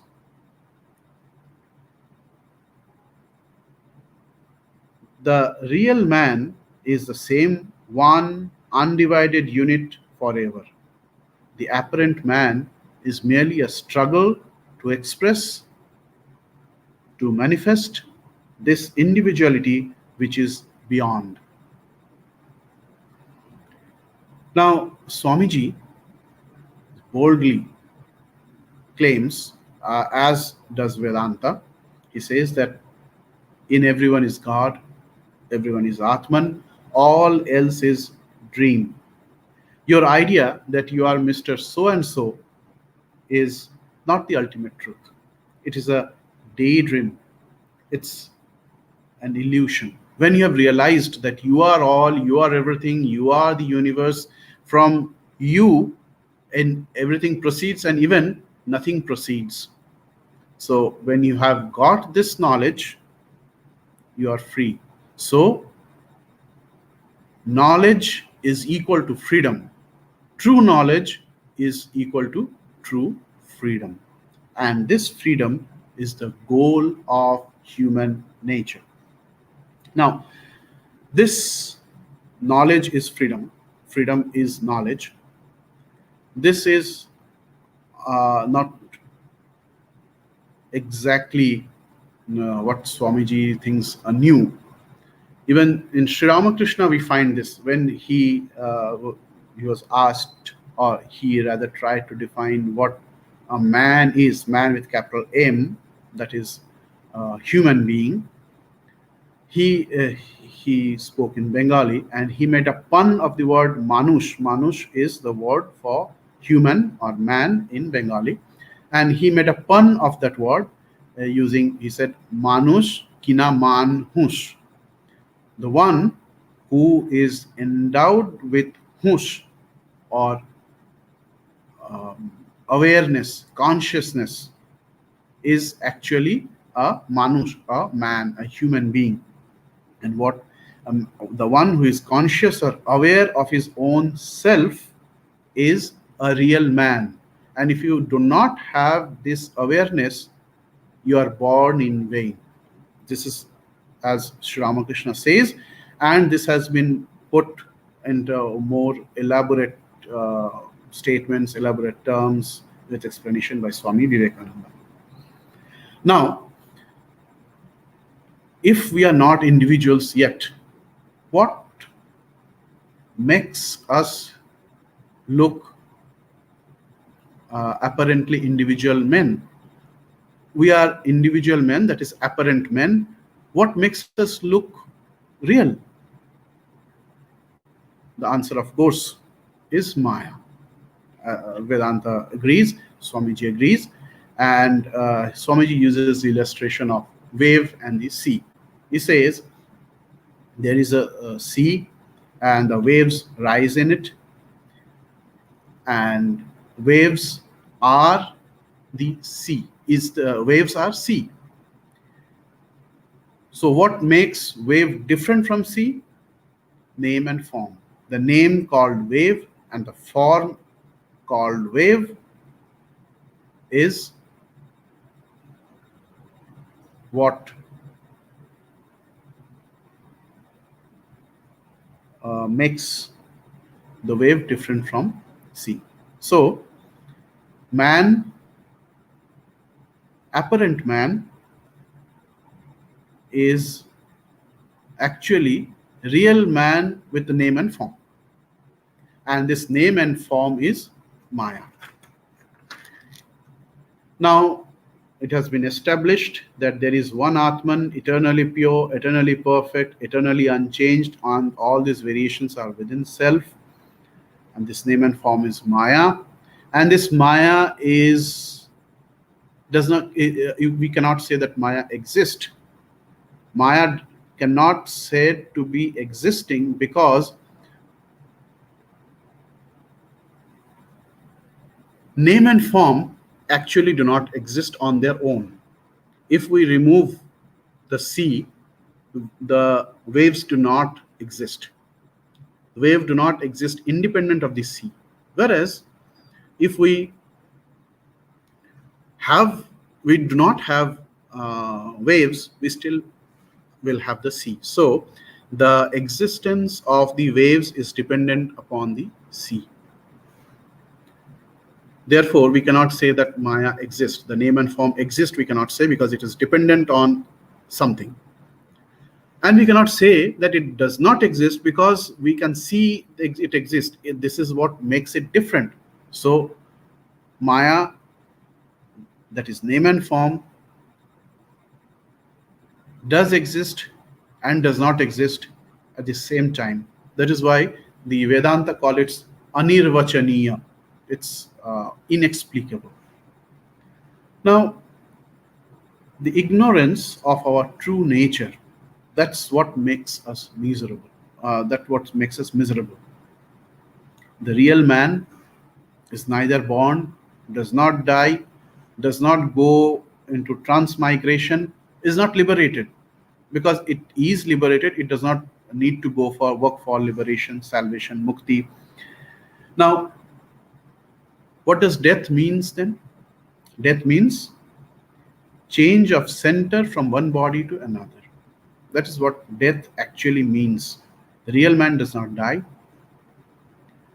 Swamiji gives an example of, say, on a sky, we see the moon is there and the clouds move, but it appears as if the moon is moving. So, death that is the movement of center from one body to another. That's just it. But the real Atman, the real man, does not die. Now we have to tackle another problem that says that what makes the difference between one man and another. Now, see, nature is a bundle of phenomena. It's found to behave methodically and repeatedly, making a uniform pattern. And this uniformity, this uniform pattern is what we call law. And the law of mind is the law of the functions of human mind is called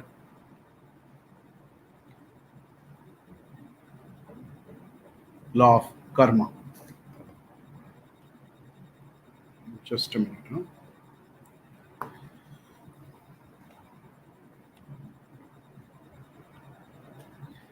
Now,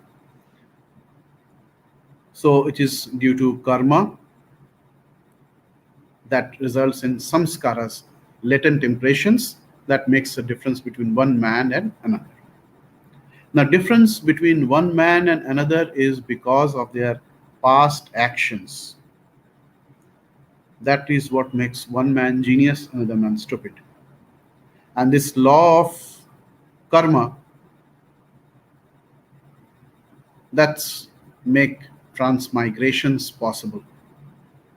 Now, this law of karma is pretty infallible from our point of view, but from the standpoint of the absolute, from the standpoint of Atman, there is no law of karma. There is no transmigration. Swamiji,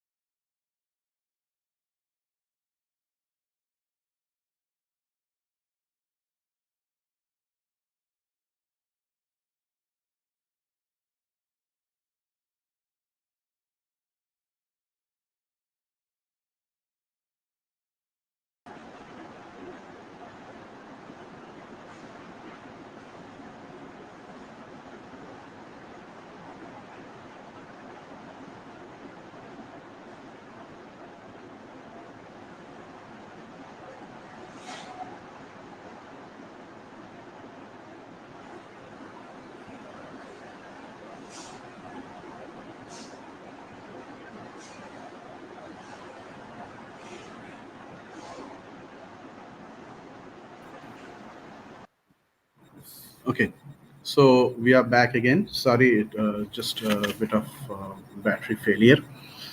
Now, our past determines our present, and our present determines our future. This soul apparently evolves or revert back. It takes up better forms, or it can take worse form. But this is from our standpoint, this transmigration. But from the standpoint of the soul, there is no transmigration, there is no law of karma. Swamiji, in one of his poems, it's called the Song of Sannyasin, he puts it succinctly and in a poetic way. He says, "Who sows must reap, they say, and cause must bring the sure effect. Good, good, bad, bad, and none escape the law. But whoso wears a form must wear a chain, too true. But far beyond both name and form is Atman, ever free. Know thou art that Sannyasin bold, say Om Tat Sat Om." Now, it has been pointed out that by propounding the law of this doctrine of divinity of soul, Swamiji had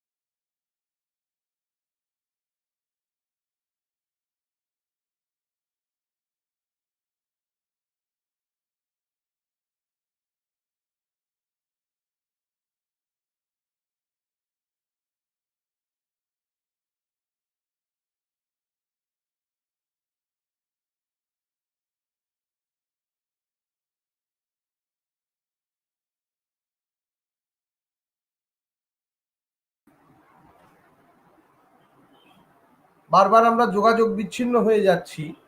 আপনারা দেখতে পাচ্ছেন বারবারই যোগাযোগ বিচ্ছিন্ন হয়ে যাচ্ছি। আবার আপনাদের সকলের কাছে ক্ষমা চেয়ে নিচ্ছি। প্রাকৃতিক দুর্যোগ রয়েছেই, তার মধ্যে দিয়ে আমাদের অনুষ্ঠানকে পরিচালনা করে যেতে হবে। আপনারা একটু ধৈর্য ধরে বসুন। আশা করছি মহারাজ আবার কিছুক্ষণের মধ্যেই চলে আসবেন। যন্ত্রের যন্ত্রণা নিয়েই আমাদের এই অনুষ্ঠান চালাতে হবে। আপনারা একটু ধৈর্য ধরুন।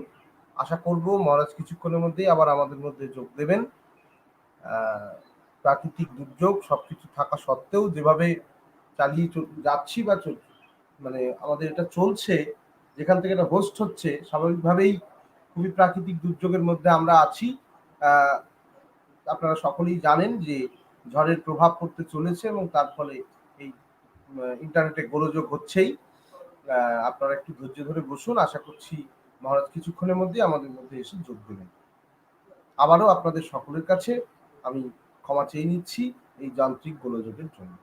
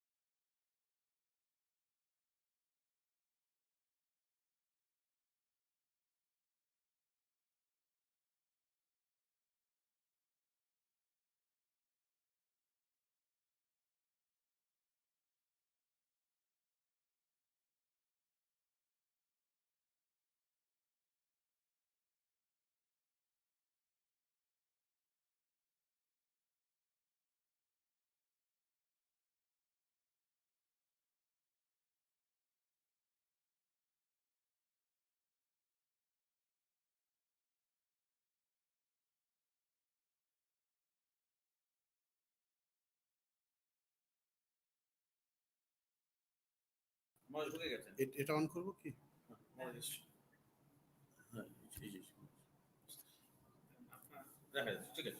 Okay. So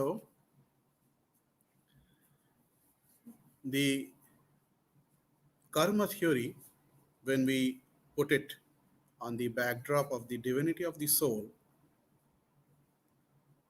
we can definitely say karma theory is not fatalistic.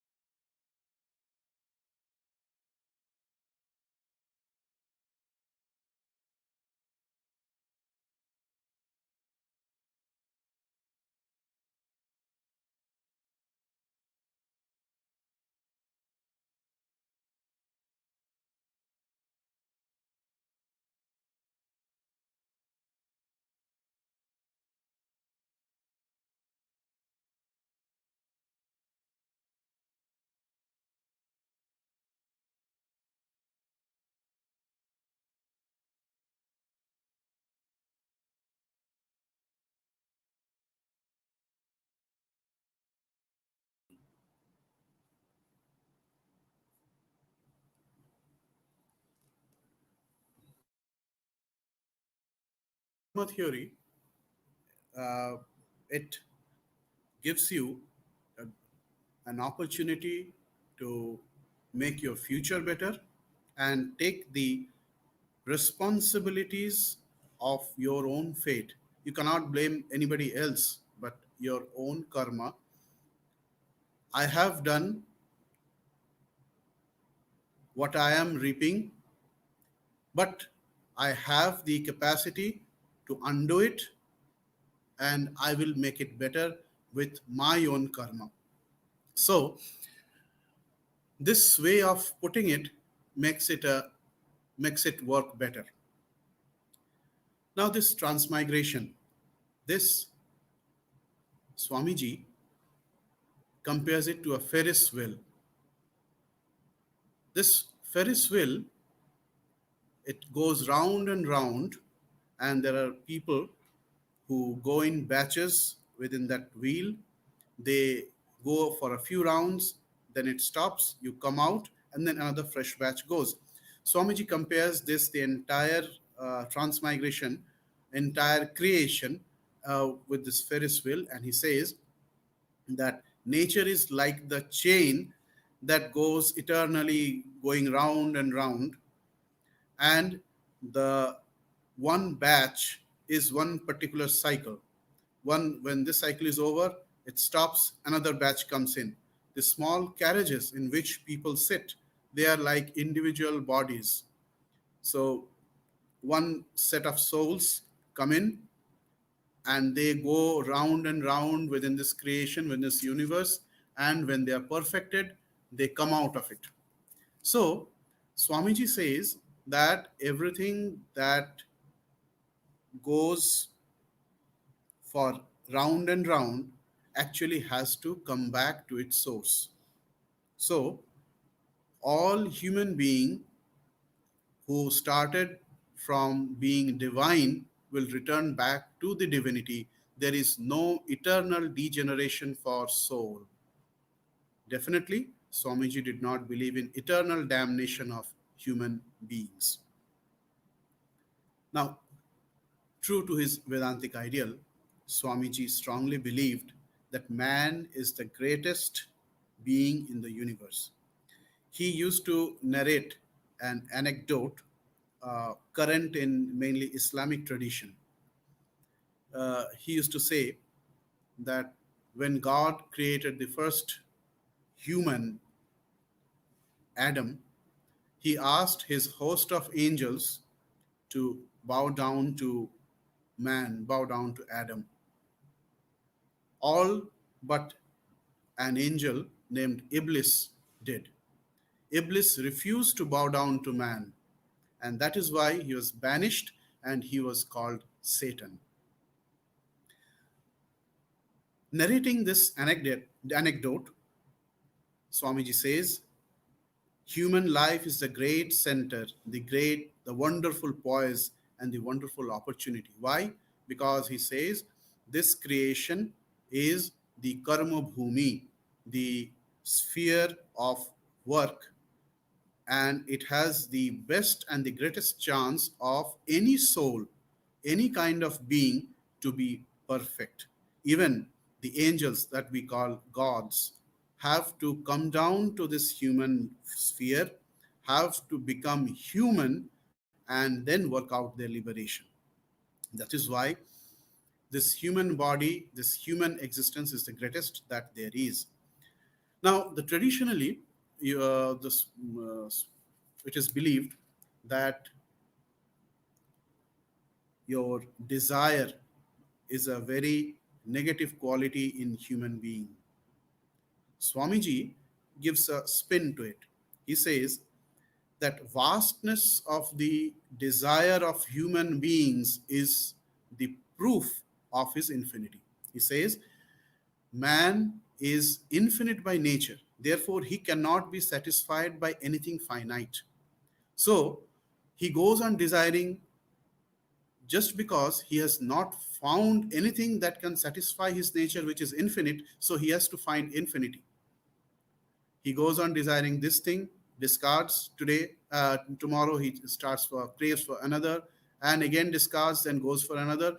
Why? Because he is infinite, so his desires are infinite, and until he achieves this infinity, he is not satisfied. So desire, this vast desire, unending desire, is actually the proof of human infinity, of the infinite nature of human soul. And when human beings realize this, he becomes free. That is the entire scope of human activity. Now, Swamiji's philosophy has been neatly summed up in his words. And this is a very celebrated statement from Swamiji, and I quote, he says, each soul is potentially divine. The goal is to manifest this divinity by controlling nature, external and internal. Do this either by work or worship or psychic control or philosophy, by one or more or all of these, and be free. This is the whole of religion. Doctrines or dogmas or rituals or books or temples or forms are but secondary details. So, by this, Swamiji meant that each individual human being has the inherent capacity to realize divine nature that's within him. And by this word divinity, Swamiji meant man's nature in connection with ultimate reality or supreme spirit, which is called Brahman in the literature. Now, Swamiji defines religion as manifestation of divinity already in man. Now, here, this definition of religion is equated with the manifestation of divinity, covers a wide ground. Usually, the very popularly dharma, the Sanskrit um, word for dharma, it does not exactly mean what is, but what it tries to mean is abhyudaya, that is worldly well-being, and nishreyasa, that is spiritual welfare or liberation or mukti. By manifestation of divinity in man already within him, Swamiji combines both of these aspects. It actually also imbibes the Aristotelian term eudaimonia. eudaimonia. That means well-being in terms of uh, intellectual, moral, and aesthetic powers of men. The Swamiji, he digressed from the traditional concept in a little bit in another point. Usually, in the traditional parlance of Vedanta or spirituality in Indian tradition, this life, this human frame has been considered as a prison house. It is, it's a prison house. You are in a prison. The spirit that is real you has been put into a prison of this matter, and liberation means breaking this prison of matter and going beyond. This is the uh, traditional concept of bondage and freedom. Swamiji, he says that why do you consider it as a prison? Prison. Why don't you consider it, this one, this world, as a gymnasium or a school where the soul learns? It's a fun to learn, and when you have learned, you're scot free. You go into a gym, you go into a gymnasium to exercise. Once you have achieved, you're free to go. You go to school to attain some learning, so to get some training. You are trained and you are freed.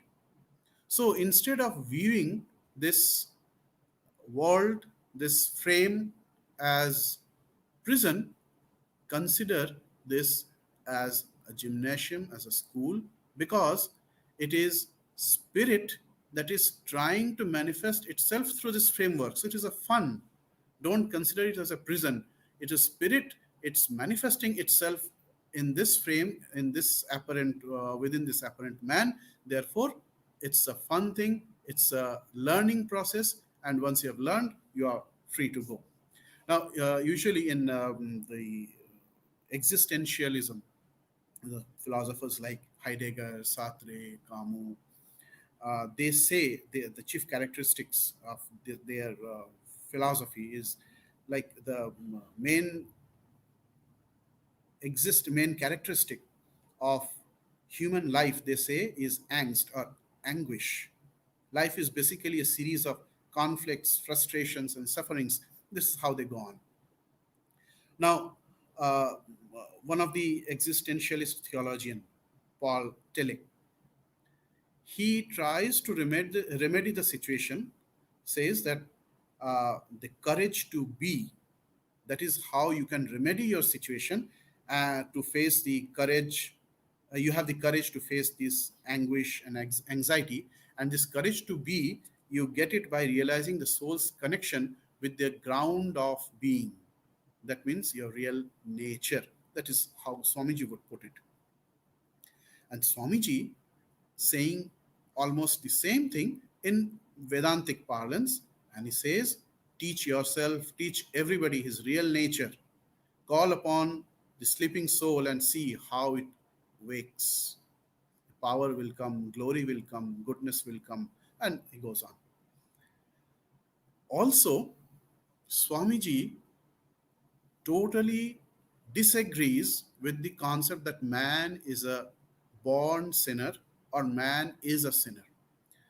Specifically in Christian theology, the concept of original sin, that man is a born sinner, man can never be conceived without sin.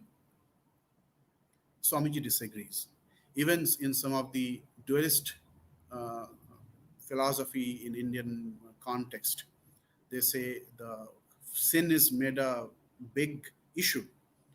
In the, we say papoham, papa karmaham, papatma, papa sambhava, and all those things. Swamiji, he strongly disagrees. And in his paper on Hinduism, he boldly says, ye are the children of God, sharers of immortal bliss, holy and perfect beings, ye divinities on earth, sinners, It is a sin to call a man so. It is a standing libel on human nature. Come up, O lions, and shake off the delusion that you are sheep. You are souls immortal, spirits free, blessed and eternal. Ye are not matter, ye are not bodies. Matter is your servant, not you, the servant of matter. He makes the use of Vedanta, which categorically makes use of this psychological phenomena, what you think you become. Same thing Sri Ramakrishna said. He said, that wretch who constantly harps on sin verily becomes sinner. Swamiji says the same thing. Seeing evil, we are creating it. This little body is a mirror that we have created. The whole universe is our body. So, if you see evil, you are creating evil. No one is inherently evil.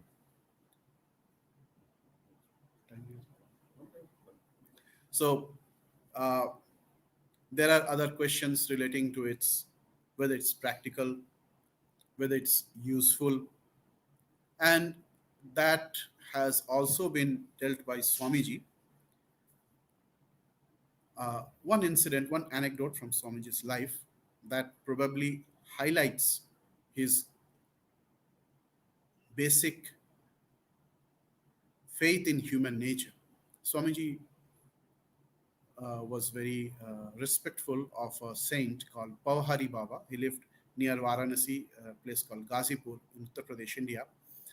So this Pauhari Baba, he was a very famous saint, and there was a story associated with it. Once Pauhari Baba, he was sleeping in his cell.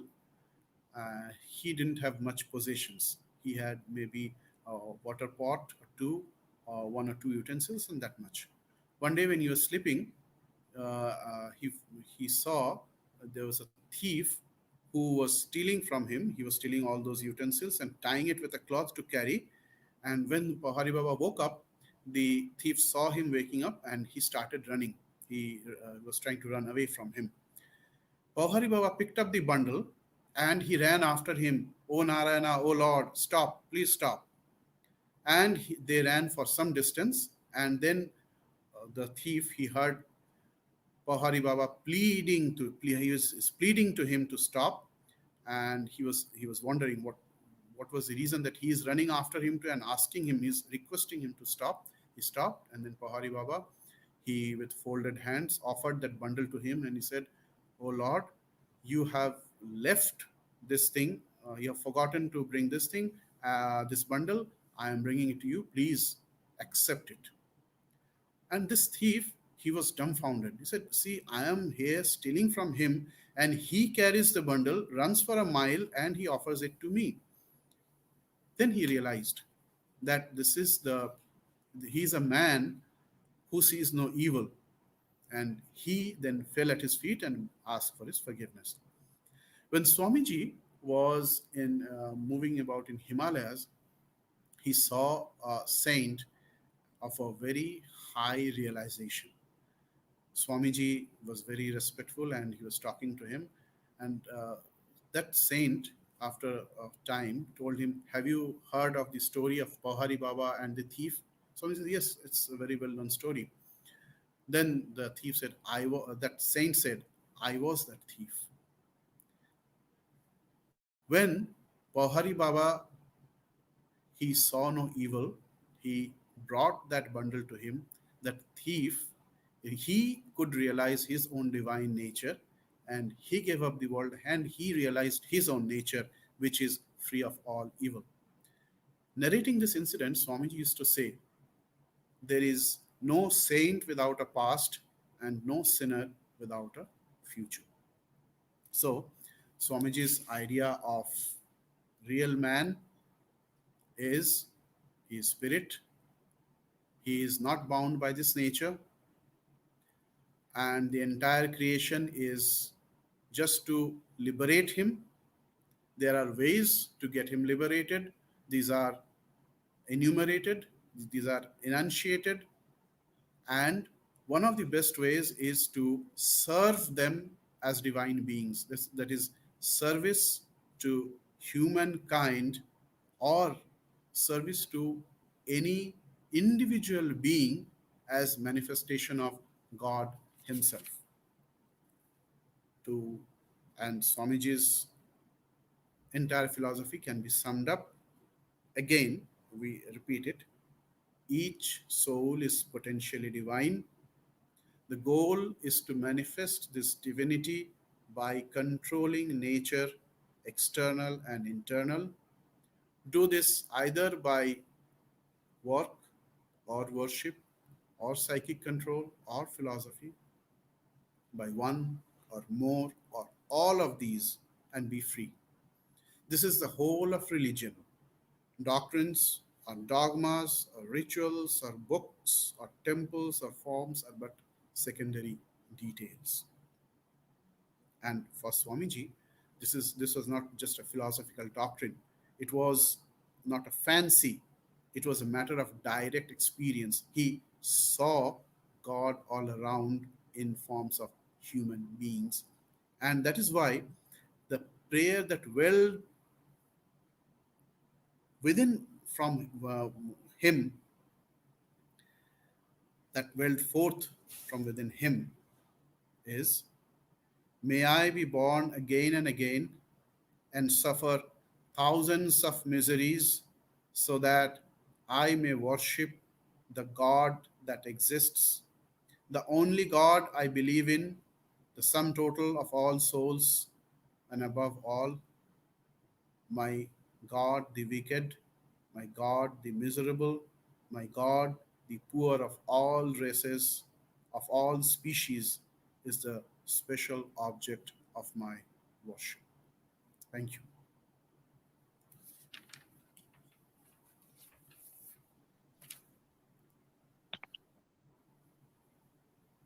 Thank you, Maharaj.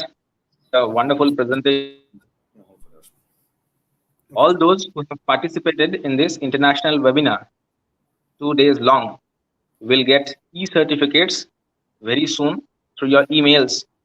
In case you do not get, mail your query to the email address from which the YouTube links has been mailed to you. Now, I request the Vice Principal of our institution, Ramakrishna Mission Vidyamandira, Swami Mahapragyanandaji Maharaj, to offer the vote of thanks.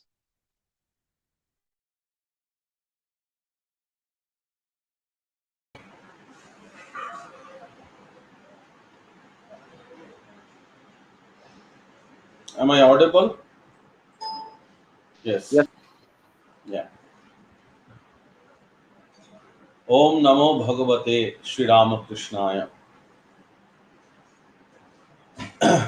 So, since yesterday, we are in this wonderful seminar sponsored by ICPR. It's a 2-day lecture series, and the idea being very pertinent, especially philosophy of man language. So it's a wonderful topic chosen by the Department of Philosophy.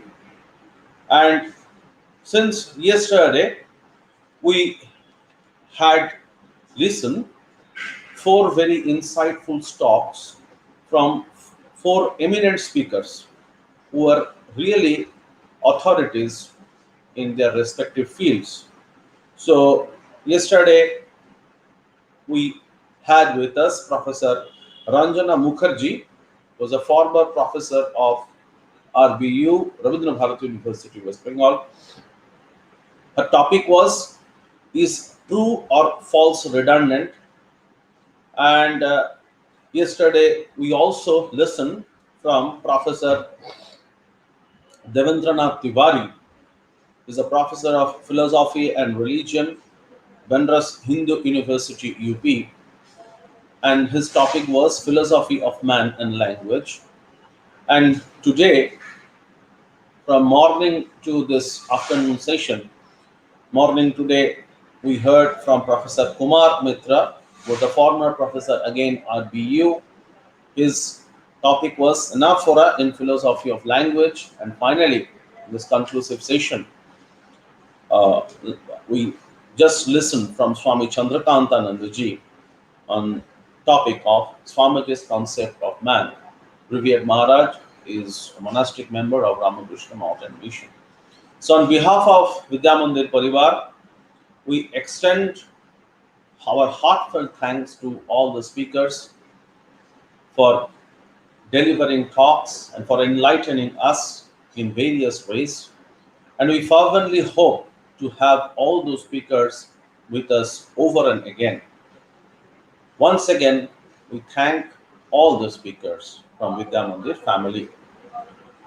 I would like to extend my heartfelt thanks also to the teachers and other faculty members of Department of Philosophy, the HOD sir, Dr. Samim Ahmed, who gave the introductory speech yesterday, and other faculty members of Philosophy Department, especially mentioning Shobhik Dotto and Mrinmoy Dhali for arranging this wonderful lecture series. Last but not the least, I thank all the participants, students, faculty members, staff members of Ramakrishna Mission Vidyamandir, and the faculty members and students from other institutions also who were with us all throughout.